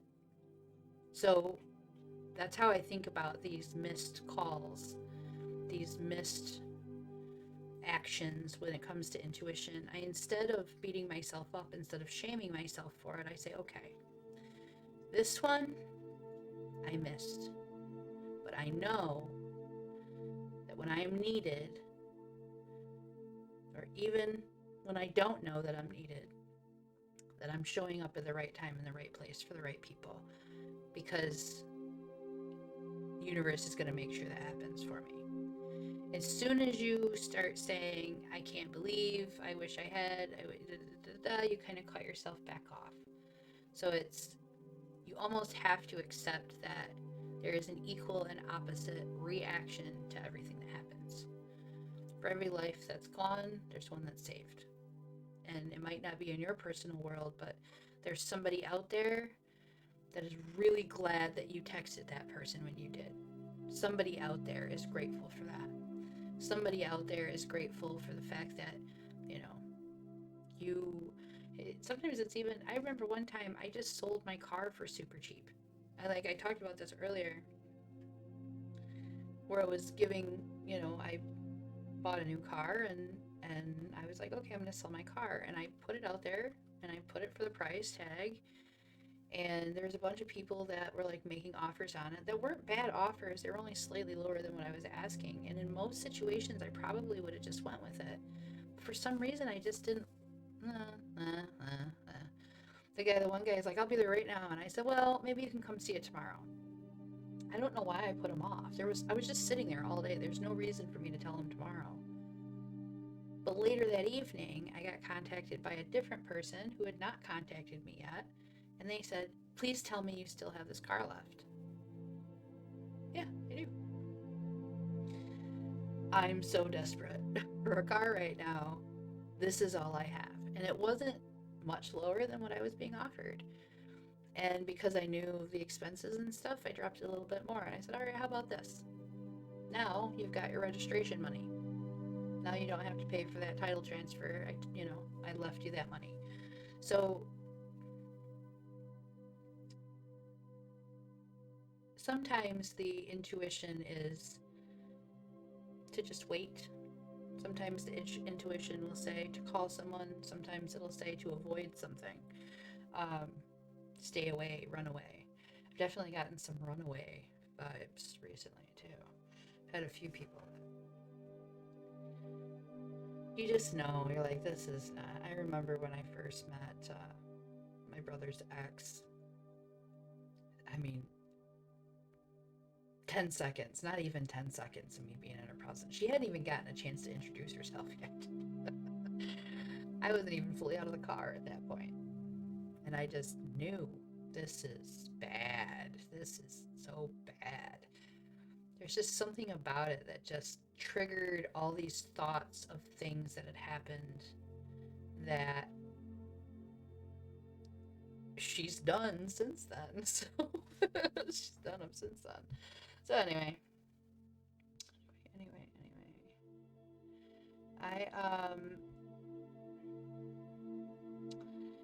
it's almost 11 already. God, I talk so much. I just talk so much. Well, I'll do a couple cards if there's anybody that is interested in having me draw a card or two. I will do that. Probably not going to stay up too much longer, but I will draw a few cards. So if there's anyone interested. I gotta go check all my stuff. Oh, yeah. No, I get that too, where it's almost so strong. People are like, wow, what is wrong with you? And I'm just like, I gotta get out of here. They're just like, what is wrong with you? And I'm like, no, like, oh, I don't want to be around that person. I don't like them. So yeah, it's definitely been. No, I'm saying. See if I can figure out this fucking thing. I can't. I don't know how to do it. I don't know how to do it. Hi, Virgil. Yeah, absolutely. Let's see what happens here. I was trying to look. None of my question things work. I found some new ones. Okay, listen. I'm getting a new computer. It's like my dream machine. Completely unexpected. Yet, I can explicitly remember myself like a year ago planning to have this computer. Or one just like it, rather. But it was very close. Was just working along towards it. I wasn't like obsessing over how I was going to get the computer. I was just doing things, and then now I have it coming. So anyway, I should have it any day, and when I get to come back, I have so many more options for my stream. So it's going to be really cool. I'm really excited for all the changes that I can do to the stream. I can implement more overlays and things that are interactive that I didn't have access to before. Most people don't know that I'm actually not using a regular computer to do all my streaming, which is pretty wild. Like, most streamers think that I'm sane. They're like, how are you even doing that? This is a device I got from Verizon. It's called Book S. Book S. I think it's a Book S. The Galaxy Book S. It's basically a laptop, but it's not. It runs Windows 10, 32-bit, not 64-bit. And it's got a touchscreen. It's a super cool device. The nicest device ever. I absolutely adore it. I'm still paying on it through Verizon, but like, whatever. It's got its own service. I can take it anywhere, and I can do everything I need to do. But it's very limiting in what I'm able to actually do with it for streaming. It doesn't allow me to use a lot of software that but yeah.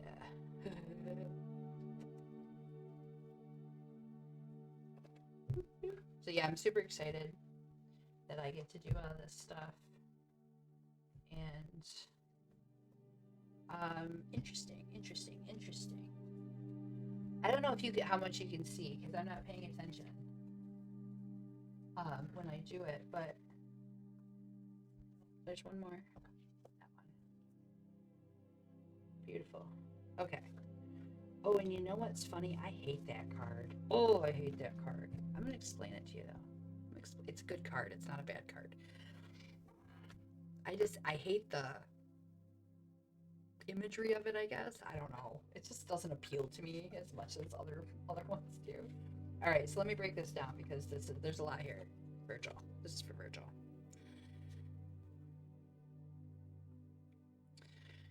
Benna, stop trying. Just do your thing and be like, when I have that computer, it's gonna be dope.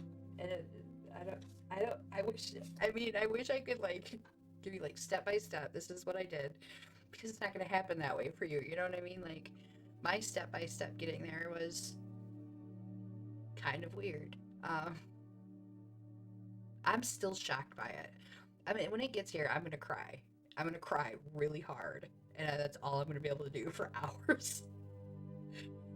Also, I looked at I've been looking at the specs online like I'm watching porn. Like, oh yeah, 144 hertz refresh rate. Just like, why is that exciting? Why is that exciting? Because it's gonna make my streams smoother. They're gonna be beautiful. So Virgil, I need to get to the preview so I can see how I'm balancing my cards here and make sure I'm not being ridiculous. My backwardsness. Two of Swords is a blockage or a fear. I feel like it's almost like it doesn't matter. Whatever the general reading is, everything's going to tie off of that reading eventually. It's like... Yeah, so believe me, I would have, somebody would have told me this whole time that the key to like having whatever you dream of is, yeah, I want that, and then just like go back to what you're doing. I'm amazed. Crazy. See, that's the thing though. I don't know where I get to have this shit. I mean, some of the stuff I come up with obviously from my own experiences and being introspective. Okay, like obviously I find the concepts of self-help and psychiatry and spirituality and philosophy and you know, praxeology. I find all these subjects fascinating. The human brain to me is amazing, but there is something beyond the human brain. I know there is. I can feel it, and I can't explain it to other people. And I don't know where I always get some of the information or why I feel possessed to say some of the things that I say. But anyway, let me get back to this card because you know, that's a whole other day. Niki's weird visions of her gifts and explanations of them is like a whole freaking stream on itself. It's a wild ride. Two of Swords is, I mean, imagery wise, you can look at this and you can suggest what that might feel like. That feels like you yourself had put some blockages in front of yourself.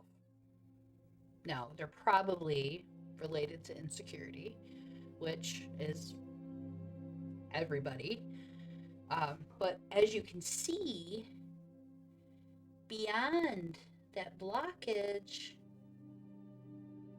there is a whole eclipsed sun right there. All the energy from that is available to you. You have to remove the blockages. There are blockages. Now, these blockages are often rooted in some kind of, like I said, insecurity, sometimes trauma, and hurt and pain. And you can just say, I'm not ready. And in this case, when the card comes up like this, what it's saying is, it's not that you're not ready. It's that you are talking yourself out of it. It's basically, this card is the stop talking yourself out of it and just do it. Now, it doesn't necessarily mean dive in and do the thing. You know, we've already talked about how it doesn't always mean just go do this thing stupidly. That's not helpful. But this wants you to examine what you're actually afraid of. What obstacles are you facing when you look at what your next step would be? Is the obstacle the I don't know, or is it the I don't want to admit that this is what I feel? Because it would now, just for an example, I'm gonna give you a little anecdote to go with this. For several years while I was tattooing, I felt absolutely unhappy with what I was doing. I no longer felt inspired artistically. I felt like I was just being ordered to draw whatever people wanted, and there was no fun in that for me. I was doing a lot of repeats. That is the nature of tattooing, and if you're a street shop like I wasn't a big custom artist at that point, that's what you deal with. You do 7 dream catchers in a week, and you try to make all of them different. Cassidy, I don't know if I would classify myself as a medium. I don't usually use that word. I call myself an intuitive psychic, and a reader, spiritual reader, oracle reader. So the specific situation, I just lost my train of thought, sorry. Oh, the tattooing. Miserable. I was unhappy. But here's the thing. I had already invested like 13 years into that career. And thousands and thousands of dollars. and hours of time and friendships and relationships. And I had built this business and I had built this clientele base, and it was sustaining me. I had nothing to complain about. Nothing. I was doing wonderful. And I was unhappy. And I did not like that, because I knew deep inside that what I was unhappy about is that I had taken something that I absolutely loved and it became tedious. It became a job that I didn't like anymore. But all I could think of was, what are these people going to think of me? I did all this. I asked for support for all of these years. And then what? I'm just going to just close my shop and walk away from my clients, from unfinished tattoos, from a livelihood that I built up over a decade, like a decade and a half? What am I going to do? Go get a part-time job and shit? What the fuck am I thinking? I cannot quit tattooing. I can't. And I can't afford to just sit here and have a shop. This is what I have to do. This is what I'm committed to. So I put my head down and I continued. And life went on for a while, and more things happened, and it kept feeling like I was getting more and more off course. I wasn't getting happier. I was more and more miserable. More and more things were falling apart. More and more things felt like they weren't mine. They weren't for me. They weren't authentically reflecting what I wanted. But I had to do it, and everything that I was doing was obligation, and therefore everything was resentful, bitter. I was just doing it. But I didn't do that. It wasn't like all day long I was just, bitter and resentful. It was like I'd go to work like a normal person and be like, hey, I'm at work. But, late at night when you're laying there in bed, you think, I don't want to do this tomorrow. I don't want to do this tomorrow. And it's not that I didn't want a tattoo. It was I didn't want that to be my job anymore. I wanted to tattoo. I love tattooing. I still would tattoo if I could. But it requires a full-time commitment, and I'm not prepared to do that. And I don't think my arm could handle it yet either. But, even down the road, I just know what it takes for that. And it's all or nothing in that particular situation. So if you're in a situation, you're facing a situation that's all or nothing, that requires a really big leap, you can continue to deny it all you want. You're going to be unhappy. You're not going to find that joy that you're looking for, but you can push it off. Now, here's what happened. Eventually, my whole freaking life fell apart. My best friend of 10 years betrayed me in the worst ways possible and took a 5-year-old that I had raised for 3 years away from me out of nowhere. And I felt like my life crumbled. It was absolutely awful. And I was barely getting by day to day. I mean, when I say barely getting by, I mean, I had to be mean to myself to get out of bed, and contemplated whether I would rather slit my wrist or go to work. Kind of depression, bad, really bad. And one day my friend hits me up and says, we're having a birthday party for the kids. I want you to come. I know you don't feel like coming. I know you don't want to come, but I want you to come. Will you do that? Yeah, I'll be there. Good, we're roller skating. Whatever. So she hits me back up a few days before the party. And at this point, I'm feeling a little bit more optimistic about this party. I'm like, yeah, let's go for it. We get to the roller rink, and I proceed to have a blast roller skating for almost 3 hours. And then at the very end, I was like, you know what? I said to my son Joey, nobody's going to believe me that I can roller skate. Because, obviously, first of all, I'm very clumsy, and everybody who knows me knows that I'm very clumsy. But second of all, I'm currently very heavy. And not very graceful. And roller skating isn't for everybody, and it's a skill that takes some involvement, but I used to be good at it, or at least decent at it. So I was like, take this video of me roller skating. Now, this is a very old, rundown roller skating rink. I did not take that into consideration. I made my way all the way around. I have this beautiful video of me going all the way. I literally have a video of me falling, going all the way around. And I get to this one point where I see my son is like, he's in the distance and the camera's facing me. And I go, yay! And at that moment, you can see my face. I hit a bump, like a rough spot in the skating floor. And I lost my balance. And I went like this, because this is my tattooing, my writing arm. I'm left-handed. So I went like this. And I landed with my elbow like this on my elbow on a roller skating rink floor. With all, at the time, I want to say probably 275 pounds of pressure, and I shattered it. I didn't just break my elbow, I dislocated it and broke it in 3 places and ripped all 3 tendons to where this bone was like, not through the skin, just stretching the skin. It was nasty. Why did I tell you all this? Because I never tattooed again. That was the last time, the day before.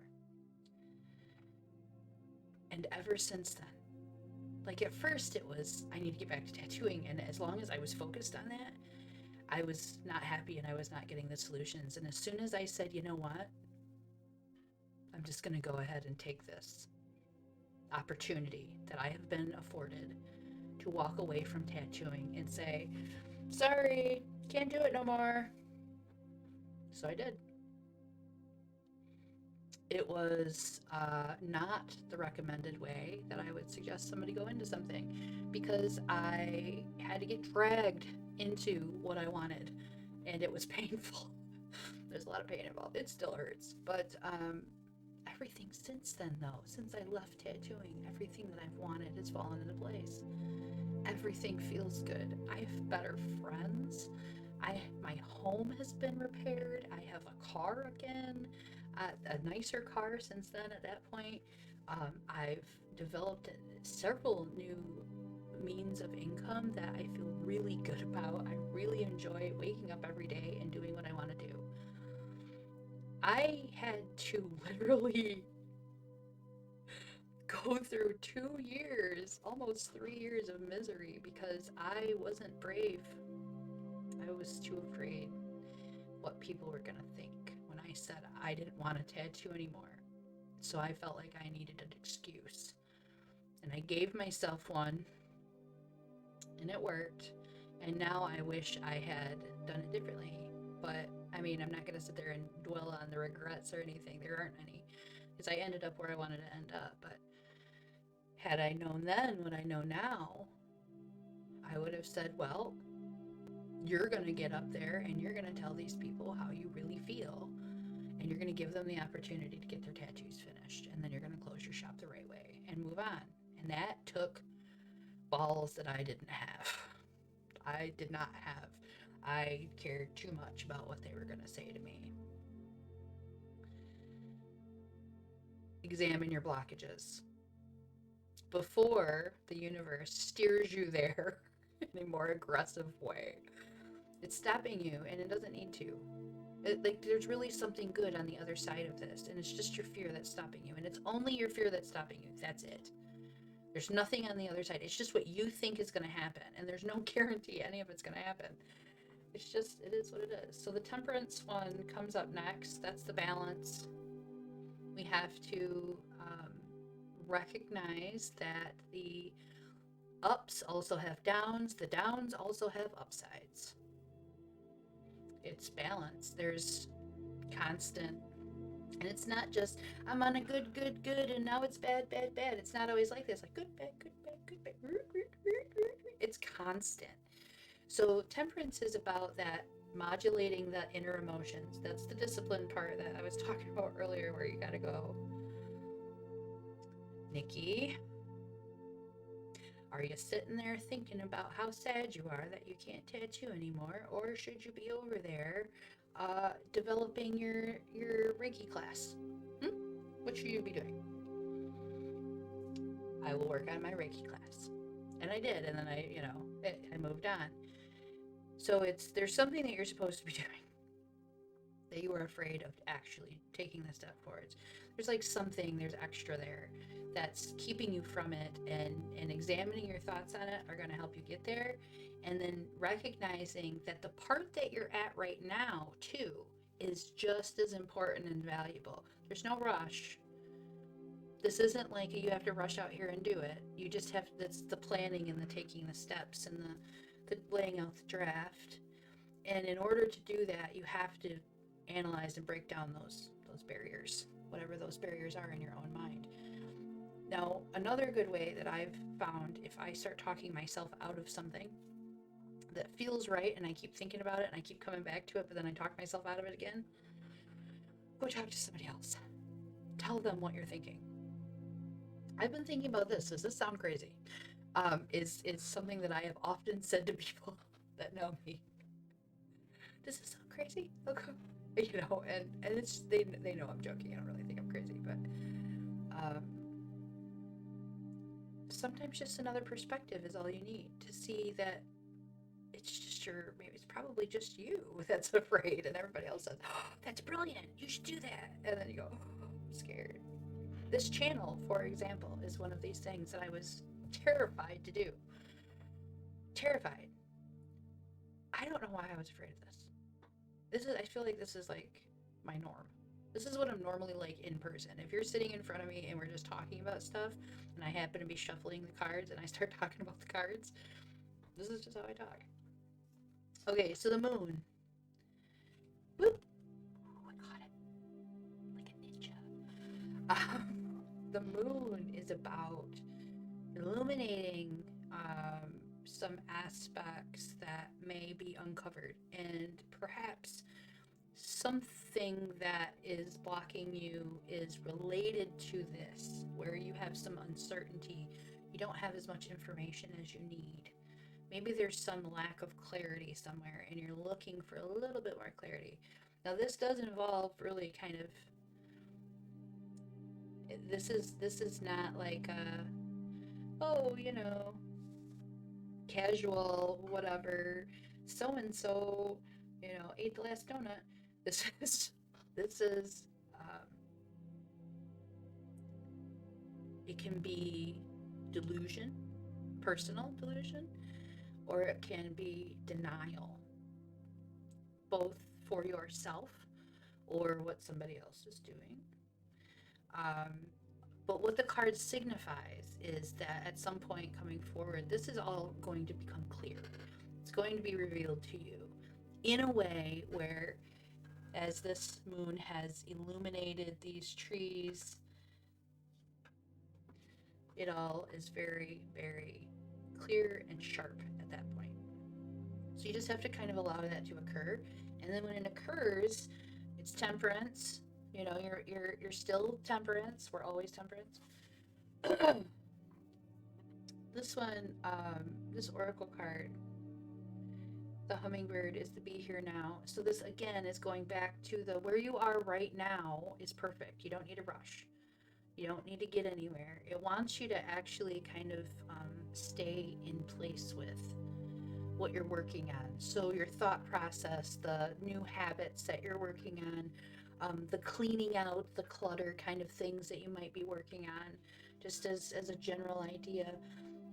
It's wanting you to be very, very diligent and observant and perceptive of all of these things. Be directly involved with them. You're not here thinking about over here. You're not here thinking about what happened back here. You just have to be in this. And that is, of course, a lot of discipline, but it also is very simple to kind of just go, it doesn't matter what happens next. Right now is what I'm doing. Right now is fine. And you have that choice to embrace that moment and do something you like that makes you feel good, something that works towards your goals, or you have that choice to sit there and be anxious about it, or nervous, or afraid, or overthink it, talk yourself out of it, tell yourself all the reasons you can't do it. The being present now is just literally being more aware of every small thing rather than only looking at the big picture. You don't want to only look at that. You want to be like hone back in. You can't control most of that. What's out there anyway, so it doesn't really matter. Now this is I like this one. The I'm sorry card, that suggests that there's somebody that either needs to apologize to you, and that will be coming for you at some point, which gives some closure. Now it can also indicate and feels like there may be some kind of reciprocation that goes back. Like maybe there's some smoothing that can happen here, where it's not one or the other gaining any advantage, but we're just kind of evening it back out. So there is a clear break in the relationship. It doesn't matter if we're talking about romantic or friendships. This card specifically is about the apology that's necessary, the apology that's coming. It doesn't necessarily need to have a big explanation. Sometimes it just needs to be heartfelt. And whether it's something that you're owed or you're owing, the time is coming for that to occur. And I think with the moon, that revelation will make it more obvious exactly when that's about to happen. So it could be happening kind of at the same time, if that makes sense. You're receiving an explanation. Oh, sorry, Relis. I wasn't sure if you were still here or not. After this card, I just finished one up for Virgil here. The Eagle Spirit, like I said, I don't like the imagery on the card. I love the card. The card is good. The Spirit has your back. I just think the eagle's overdone, and I have like a thing with it because I hated tattooing them. It's just not my favorite. And then they're just, I don't know, the imagery is just not my favorite. But the card itself is awesome. It's about Spirit having your back, and it's just kind of this remembering that while you may feel like you don't know what the course is, or you may feel like you're off, there's never a point where you don't have guidance if you're willing to. And if you need clarity and you ask for clarity, you're going to get the clarity. And if you need patience and you ask for patience, you're going to get the patience. It's just about being clear about what you need, and what you need is going to show up for you in whatever way that it does. Spirit doesn't always kind of show up in, it's not wearing a special costume. It's sometimes Spirit shows up in the form of a homie that brings you lunch, or or somebody that brings you that money that they owed you right at that perfect time that you needed it. So when Spirit has your back, there's all these different ways that it comes through for you. And what it's just saying is, you don't have to feel as though you're processing this through alone. It's actually, you have the backing and the support system that's there, and everything's going to fall into place for you. So when it's time to push forward, you'll be ready for it. Be ready for it. All right, Relis. So let me see. Let me do a little shuffle here. We'll do a quick one so I don't keep you out too much longer.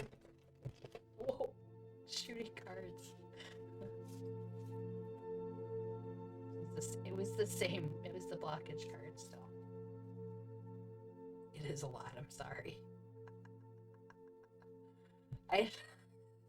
Because I'm using anecdotes to explain them, and I really should stop doing that so much. Can't tell a story for everything. I have a story for probably everything, though. Okay, I'm glad.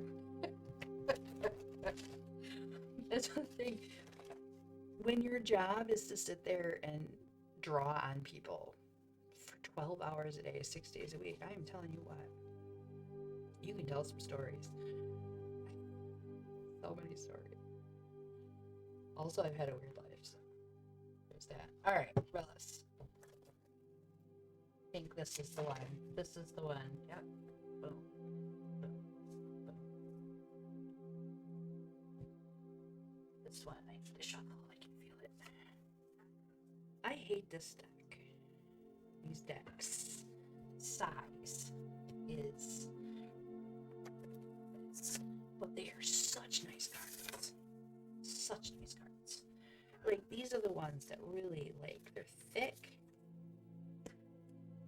They last, man. I use them so much and they don't even, like, wear out. But then, these ones, thinner, right? And some of my corners are coming apart already. So anyway, let me explain this to Relish before Relish dozes off on us again. Make sure that you get some guidance so that you can sleep well. That one,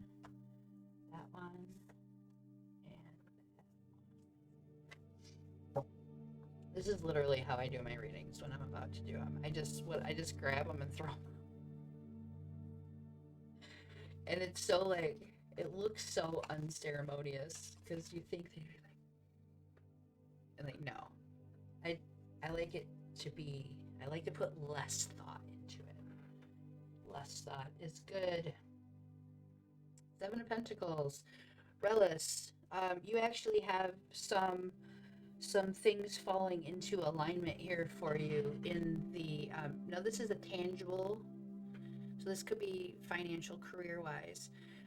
It's been a step-by-step, so there's been a long process of building up to, but it looks like it's nearing the point where everything is getting, like, nice in its spot where it needs to be. That's a really good sign for things to actually, like, boom, blow up, and all of a sudden everything's doing really good for you all of a sudden out of nowhere. Really not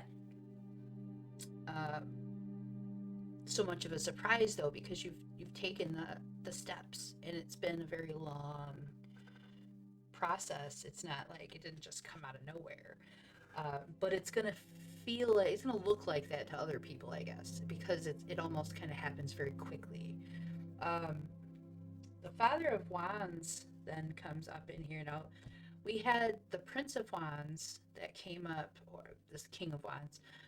The Prince of Wands or Son of Wands came up in the earlier reading. Okay, so he's that confident, I've already been through this hard stuff. Bring it on. I got this. He's faced it already. The energy that, this is the energy that it's wanting you to have. It's wanting you to look at the challenges ahead, because there's always going to be them, and say, well, what else do I got to do? Whatever happens, happens. I'm just going to go for it. There's a little bit of extra boost of confidence that comes your way for this. It's that little bit extra that pushes you that next step. So you want to be very aware of all of the steps and make sure that all the steps are in alignment. You don't want to just dive right in, because he's the King of Wands, so he's not as much of a firecracker. He's a little bit more sensible. He's been around the block a little bit more aware of what he's doing, a little bit more planned and deliberate.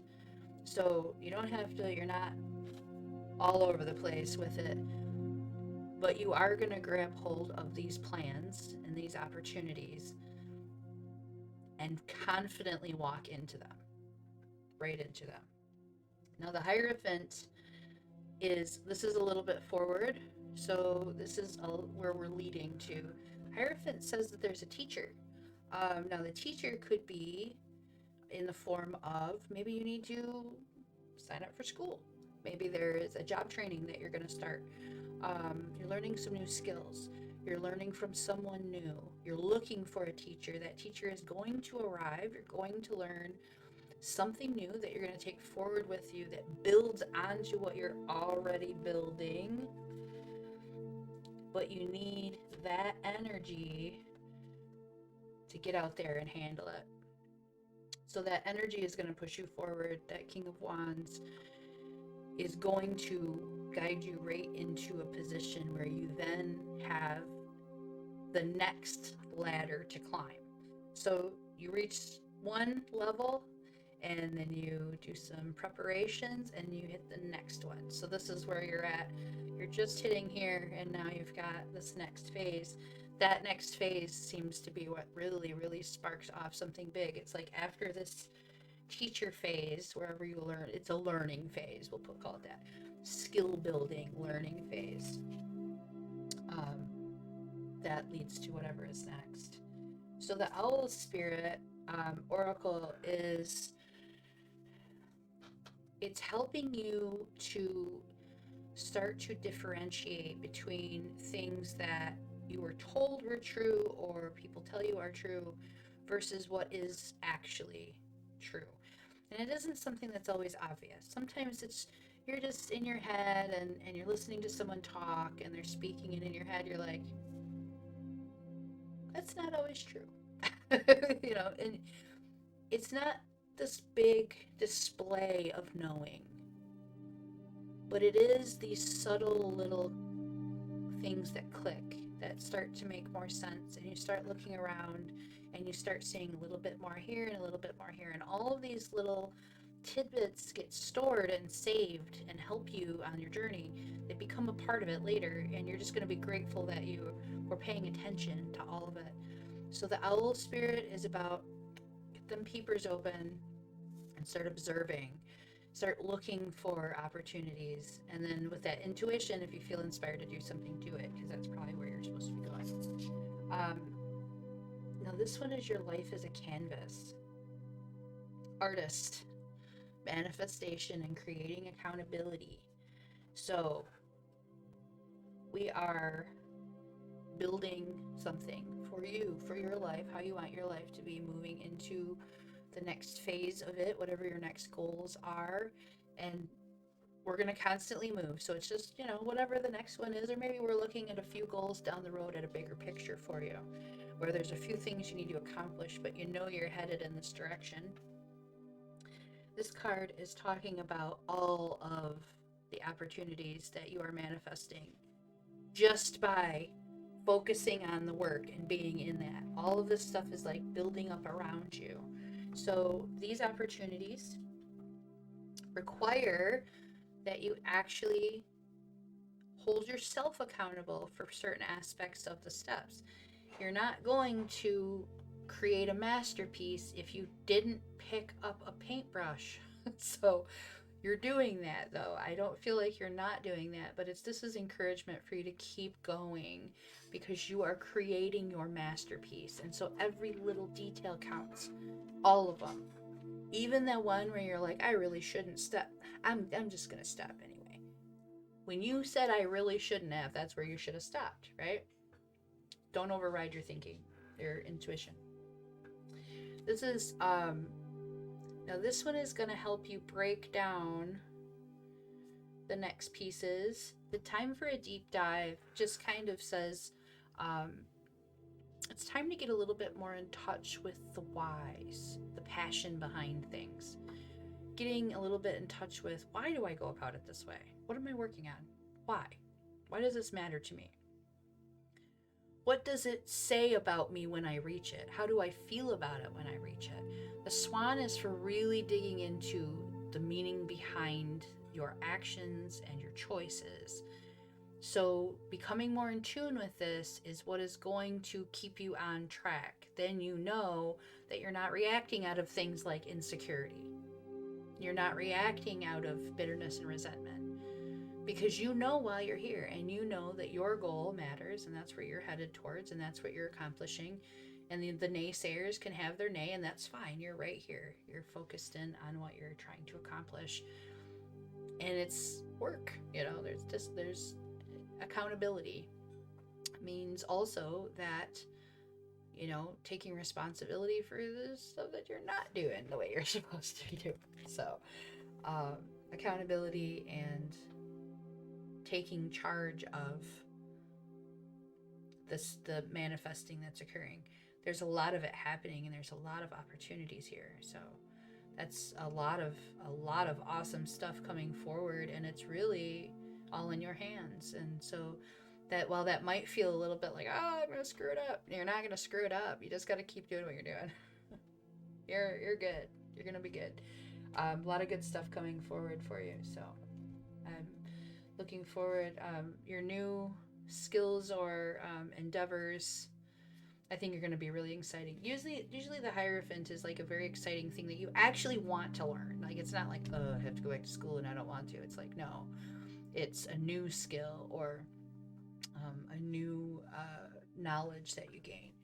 I mean, sometimes the Hierophant just means like, I've been meaning to take this 6-week writing course and I just haven't signed up for it yet. Sometimes it just means sign up for the freaking course. Like, take the learning opportunity. Sometimes you're going to get an option at work where they say, we'd really like you to do this job. Would you be interested in learning how to do it? Heck yeah, go for it. That's what it's talking about. It's like you're going to have an opportunity to step up and you're going to like it. So roll with that and see what's next. And then when you get to that point, you go, oh, okay, now what's next? And you figure that out. Move on. Because it's constant motion. So I think people get depressed when they get everything that they want and then it just stays that way. Because then they're like looking for the next thing, but there is no next thing because they didn't figure out a next thing. They just figured out that, and that's as far as they got.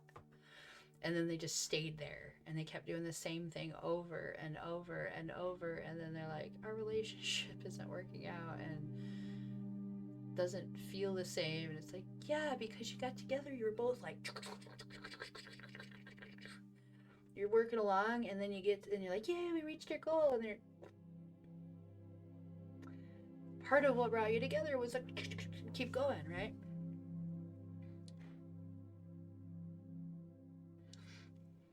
Yeah, it could be. So if you have goals in terms of Twitch and you're trying to get stuff done, what are the things that you're supposed to be working at? Is there somebody that is somebody that you admire that could maybe give you some info or legs up? A partner or streaming, co-op streamings have the opportunity for finding new people to work with, more networking, more opportunities, and maybe a contract or something, like you never know what that could lead to. Um, and I understand the working towards partner is such a process. It's a lot. Like, especially when you're just getting going and you're barely getting any follow, you barely get to affiliate, and you're just like, oh no, I gotta get to partner, and you go look at your chatter average and you're like 75. Like, I can't get 75 people chatting in my chat room. But you can. It takes time and it takes effort, and maybe there's some people out there that can give you some tips and pointers. Or maybe you just doing your best and staying consistent and focusing on doing the best streams you can do. Somebody makes an offer to you or an opportunity shows up in that way, and it might not look like what you're thinking of, but either way, it looks like it's taking you in the direction you want to go. So even if it looks a little different, if it still feels like a good opportunity, go with it as long as it feels good. So yeah, it could be, and it doesn't necessarily mean it's limiting to just the Twitch stream either. What are your overall ambitions beyond the Twitch stream? Like, what do you want to do with it? Beyond that, what would you take that from? Nope, I don't see a curse. I see somebody who's in process of working through. I don't know, again, I don't know why anyone would say that just seems so like unethical to me. No, you're safe, and I'll do Reiki for you if that makes you feel better. But I have been a practicing witch and chaos mage for about 28 years, and I've been working as a high priestess for about 5 years, and I've yet to come across anyone who was actually cursed by another human being. Now I have seen people tormented by some kind of entity that was connected to their specific past. It was connected to them. It was not like a random attachment or something. This was, and one could argue that it was probably their own unconscious shame and guilt that may have stimulated in some situations. So I don't even always take the supernatural route with every discussion and explanation, because I think that weakens the arguments. Yeah, so this is talking about you're wanting, yeah, if you're wanting that to replace your income, there's some aspect, but it looks like too there's something coming forward. So like perhaps make sure that you're looking for opportunities. Now, it might not just be streaming that gets where you want to go.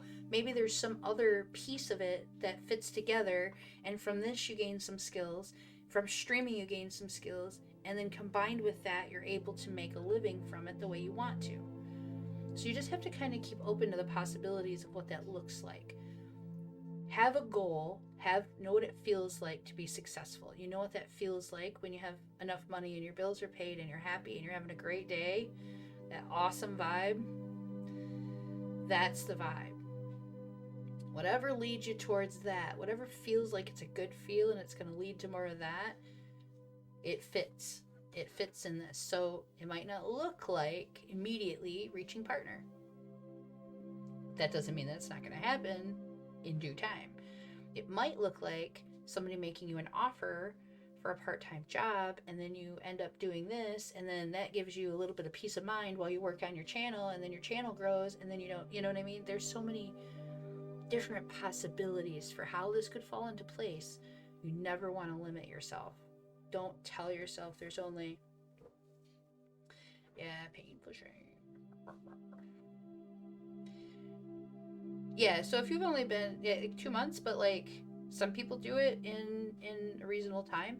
I don't think the goal here is that you rush. I think the goal here is that you carefully plan and prepare and execute a plan that is going to work over the long term. And you don't necessarily know what the end result of that looks like, nor what the steps along the way look like. And that's fine. You're going to know what they feel like. It'll feel right. As long as it feels good and it doesn't feel bad. If it feels bad, it's not the direction you want to go in. But if it feels good, then you're on the right track. Hi, Higginson. Thank you for following. I can do a short reading for you. I am, this is going to be my last one for the evening, so I'll do a couple cards for you. And then, but anyway, Relis, I hope that helped you. And please come back and check in. I would love to chat with you further about some of your goals, and perhaps we can, get some of the next steps ironed out for you. It just kind of depends. Sometimes we need to have a couple, we have a couple of conversations and then it starts to click. But Higginson, yeah, I will read for you, and then I'm going to sign off because I always I'm like from 9 to 11. That's how long I'm going to be on. It's like 11:30. I do need to go to sleep, but I can do one more because I'm not going to sleep quite yet. Oh, you're fine, Alice. I understand. It's so late there.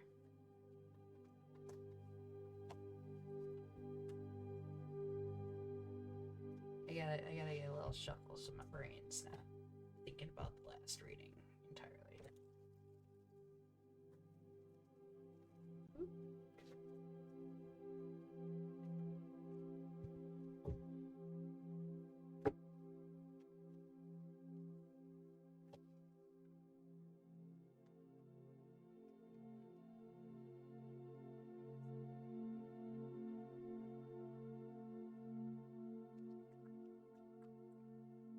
$4:34 in the morning, yeah.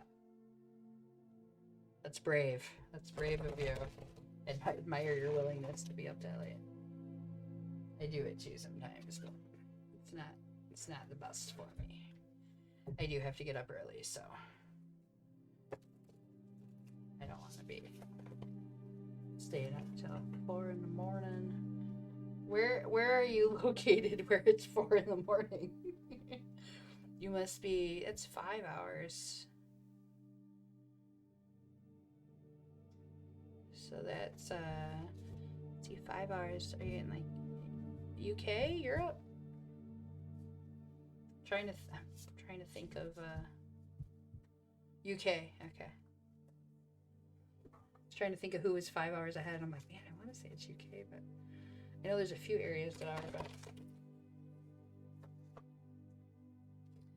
cool. Yeah, I'm in Michigan in the United States, a state that's shaped like a mitten.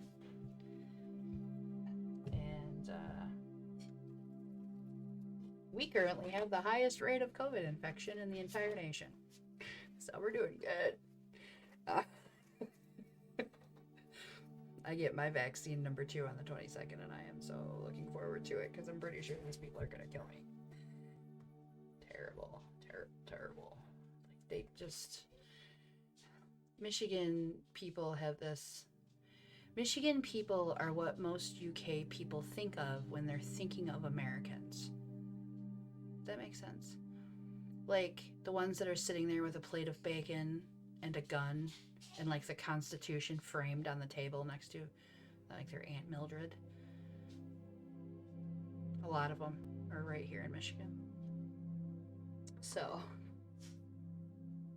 and you just go, well, we're not all like that. But I do live in a place where there's a lot of them. They will eat that whole plate of bacon, too. It's ridiculous. I'm vegan. Oops. Oh, that's the card we're reading right now here. I guess that's the one that wanted to come out and play, right? Interesting. Ooh. I haven't pulled some of these in recent readings. It's always fun to get a little talk about something a little bit different than the... It all ties into the same, though. It always does. It never matters. Okay, but this is the reading. This is for you. Yeah, it is. It's Michigan. Trust me, they all have a truck that's way too big. None of them actually haul stuff in their truck. Like, they just have one, and it's really big. They don't put stuff in the back of it. It's... I don't understand. Yeah, put some butter on their bacon. Yeah. You know what? And they want to go ahead and own their own cow, by the way. 8 of Wands. This is a big shift coming at you. Or may have just occurred or about to occur. This is a little bit more present than it is past. I don't know if my dog's bugging me to get up on the bed. So never mind. Anyway. Movement, change, new job, new apartment, travel, going somewhere, vacation. I hope you have your vaccine. Definitely, it just hits you all of a sudden. So you might not know what the answer is yet. You might not know, like, what the heck is this card about? I don't know what this card about.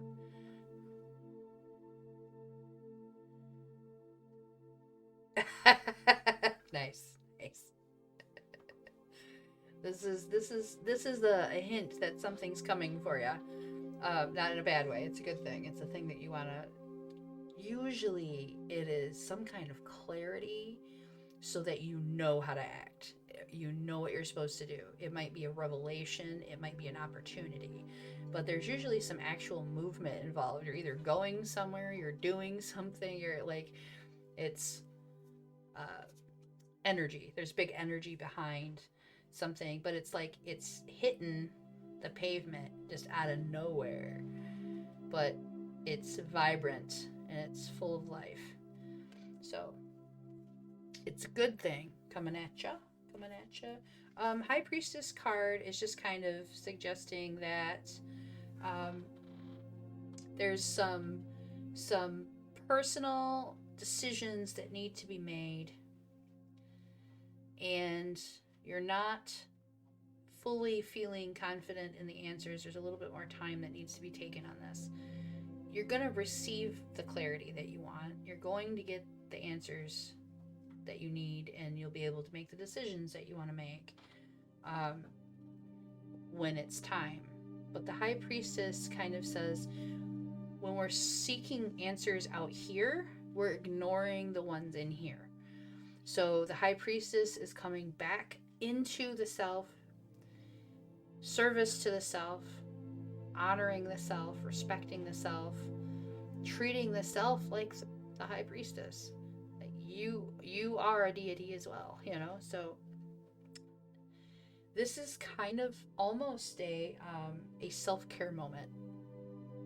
And I feel that way because this Nine of Wands then comes up and says that there is a long, arduous, hard journey that you may have been on.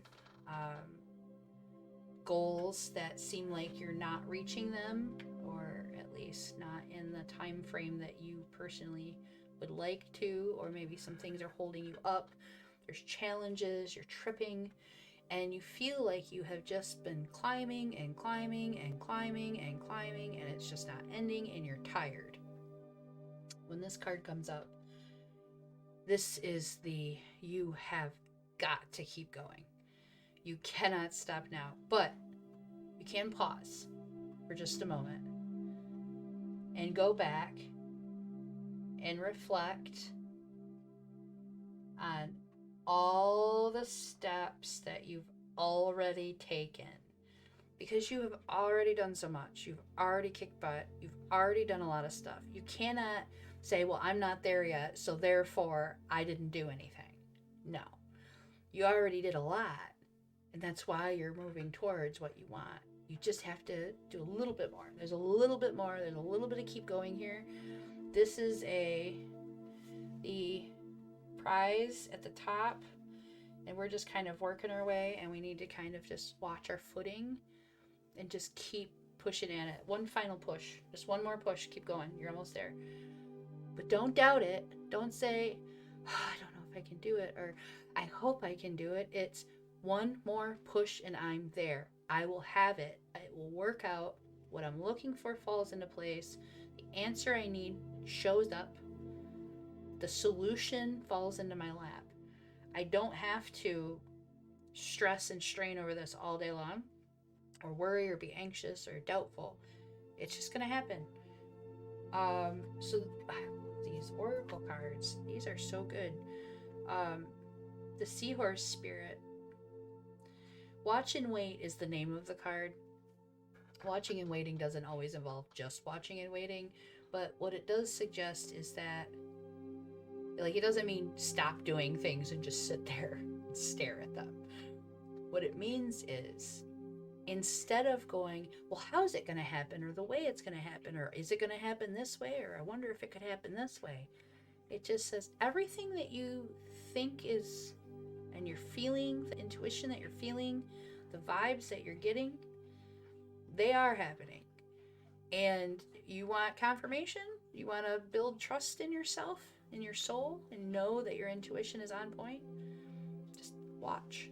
Don't do anything. Don't say anything.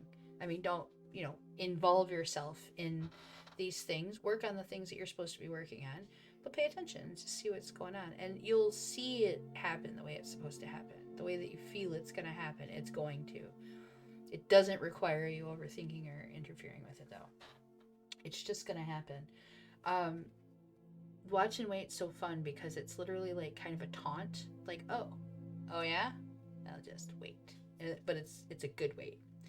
The lion spirit. This isn't generous in spirit. So it doesn't necessarily mean giving people money kind of generosity. We're talking about your patience, your compassion and understanding, your time. There are people who in your circle would benefit from a little bit of time with you, or a little bit of compassion or patience, maybe even if things are difficult. If they're going well, perhaps they need a little bit of validation from you because they see you're doing well, maybe they aren't. So this indicates, do you really? That's awesome. It's such a beautiful image. So that's awesome that you have that as a tattoo. So it's being generous of spirit in your journey, in your exploration, in your steps towards your next manifesting, your next accomplishments. Your giving, your generosity, your time, and your compassion and love that you're sharing is the power and motivation behind it. So it's almost like the more good you feel, the more you want others to feel good, and so you give unto them so that they feel good. And as you're doing this, everything else is catching up with you. So it's literally just telling you to just enjoy the experiences and the people, especially the people around you, the people you come across. You know, even the difficult ones, even the ones that are really difficult, enjoy it for the lesson. Be grateful that that's not you right now. You know, there's always some advantage there, different perspective you can take. But generous in spirit, I feel like you probably already are. I don't know, I just get that vibe that that's you're naturally that way, but this is the key to your progress, is actually being naturally that way and continuing that. And the vulture spirit, perhaps, yes, yep, that's it right there. There's something that is connected with that. It doesn't necessarily mean it's directly connected. Perhaps there's a person involved and that leads to something else, or perhaps that becomes an important thing to you and maybe you get more involved in it. There's definitely some, but yeah, I would definitely say it's saying, yes, do this, because this gives, and that giving is what brings into you and gives to you. And then this vulture spirit. So the vulture spirit kind of suggests there's maybe been some efforts in the past that you've put into an individual or a situation, and you went, what a waste of time that was. Or feeling as though it was not appreciated, or feeling as though, wow, I went through all of this and I don't see why. There's no reason behind it. It doesn't even make sense. This vulture spirit actually says that's not true. Everything, down to the smallest detail, has some impact on everything that we're doing here. So if it is a person who doesn't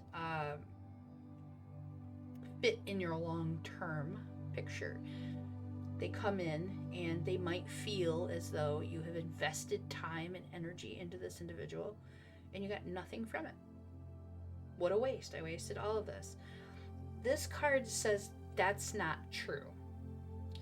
You gain something from one of these experiences that will benefit the next phase in your growth and manifesting, or whatever it is that you're working towards your joy, your higher purpose. So something in the past actually felt at one point like, or maybe even feels right now at one point, like this is pointless. There's nothing here. I don't know why I dealt with that, or I can't believe I wasted my time on that, or whatever. And this card is saying, actually, you learned from something from that. You took something from that experience. It changed you in a way. It doesn't necessarily mean it just happened recently, but it's definitely, there's been something in the past that you went, what a waste. And the vulture spirit says, oh no, nothing is wasted. Even those little rotten bits of meat are good for something. Some creature on this earth is going to gain sustenance from that too. The death of that animal that fed those vultures, you may think that is a cruel experience to that animal. But we don't know the full picture because we can't see it. It's much bigger than us. It's much farther beyond us. This time, it was the vulture's turn to eat. Maybe that animal was sick. Maybe that animal dying, becoming the prey of the vulture, or not the prey of the vulture, but the food for the vulture after it's passed, that animal now allows for this other animal to survive because it has the resources it needs. So the way that the vulture exists in nature is that it sometimes seems as though there's something that's pointless or wasteful, and instead there's this other entity, there's these other creatures that can come in and say, no, there's something here, we can take something from this, don't leave this here, we can pick that up too, take it with you. So maybe you learned some red flags about a person, or maybe you learned not to give your energy with expectation. That was one that I learned recently, that it's all fine and dandy if you want to offer people your time and your energy, your passion, your emotion, your love, but if you do it with expectations, you are not giving freely, you are selling it. You're selling your attention because you want something back for it. You're going to call it trading, I suppose, or commerce if you'd like. But this reading is more that, especially with that lion spirit, the generosity of spirit is saying, we're not keeping score, we're just keeping balance. So don't worry about the score, just know it's balanced and it's going the way that it wants to. So yeah, something about that volunteer work suggests to me that there's an opportunity that comes from it. And it may be that you're going to understand that a little bit better after you get into that. Like, spend some time in it, and then maybe it'll be a little bit more clear for you. So I'd love to hear from you in the future if you get the chance to stop back and tell us how things go, or if you'd like any future clarification on anything, or validation that, or confirmation that you may need. Sometimes the cards just validate and confirm what we're feeling and thinking. That's sometimes all you need. But yeah, it feels like there's something there, and I wouldn't put it past the universe to have all kinds of things connected to that one step that can branch off into an infinite number of directions for a number of things that might not even be directly associated with the actual volunteer job, like it, but it's a catalyst. So for whatever reason, that catalyst is important, and I think we can all agree that it's a very important service to be in as well. Oh yeah, so see, that's all in alignment with you're moving into your next phase of this. This is a step forward. I think you have to gain some kind of perspective from being in a volunteer position like that, just to listen to other people. You're gonna gain something from that, like. And I'm not saying that that's not the vulture thing at all. This is the service to others thing. But there's some kind of understanding there that you're going to gain from it, and then that will take you further. So sometimes I think the fun thing sometimes is that we get to see what happens, and we get to see what that actually turns out to be, what that feels like. My dog's tippy tapping around me. He wants on the bed. It's like, Mom, I'm tired too. Well, it sounds like you are not only well in line to be heading towards being a therapist, but you've got the support and the mindset, and something that you'll be very good at, especially if you're an intuitive person. We need lots more of those people. Compassionate, intuitive people. Compassionate is the big one. That generous of spirit is not a card that comes up for somebody that is not willing to give without expectation. So I think that's what it's talking about. And therapy is service work. It's a different kind of service work in a professional capacity, where sure, you get paid for it, but there's so much you don't get paid for being a therapist. Like, the emotional energy is not something that you receive some bonus for. But what an amazing, fulfilling role to hold. So if I was going to go back to school to do anything, I would probably go back to be like a psychiatrist. Philosophy is the degree I ultimately want, but if I was going to really... Yeah, mental health, man, mental health, especially after this last year. Oh my goodness. So many people struggling, and it just seems like there is not enough people to help, to share, to open up to another and be willing to, you know, let them be safe for a minute, you know. And you have to sometimes be willing to put yourself in a vulnerable position. Not a lot of people are capable of doing that, so kudos to you for not only being capable of it, but desiring to put yourself in that position, because we definitely need and appreciate those hearts, those compassionate hearts and minds. So we are getting on midnight here, and I definitely have to get up soon, so I'm gonna wrap it up. But I will be back. What's today? Wednesday? I'll be back Saturday. Saturday evening. I do go on at 9 p.m. EST for my UK viewers, but if you can catch me perhaps a little bit earlier rather. When I get my new computer set up, I will probably do more streams. Right now, I'm just going to stick with my 3. So thank you, Higginson and Relis and Virgil and Benna and Hallie was in here. Who else was in here? Erica was in here. I don't remember who else. Let me see. I have my regular lurkers. Awesome. Love the lurkers. You guys are my favorite. Thanks for leaving my views. I appreciate the views.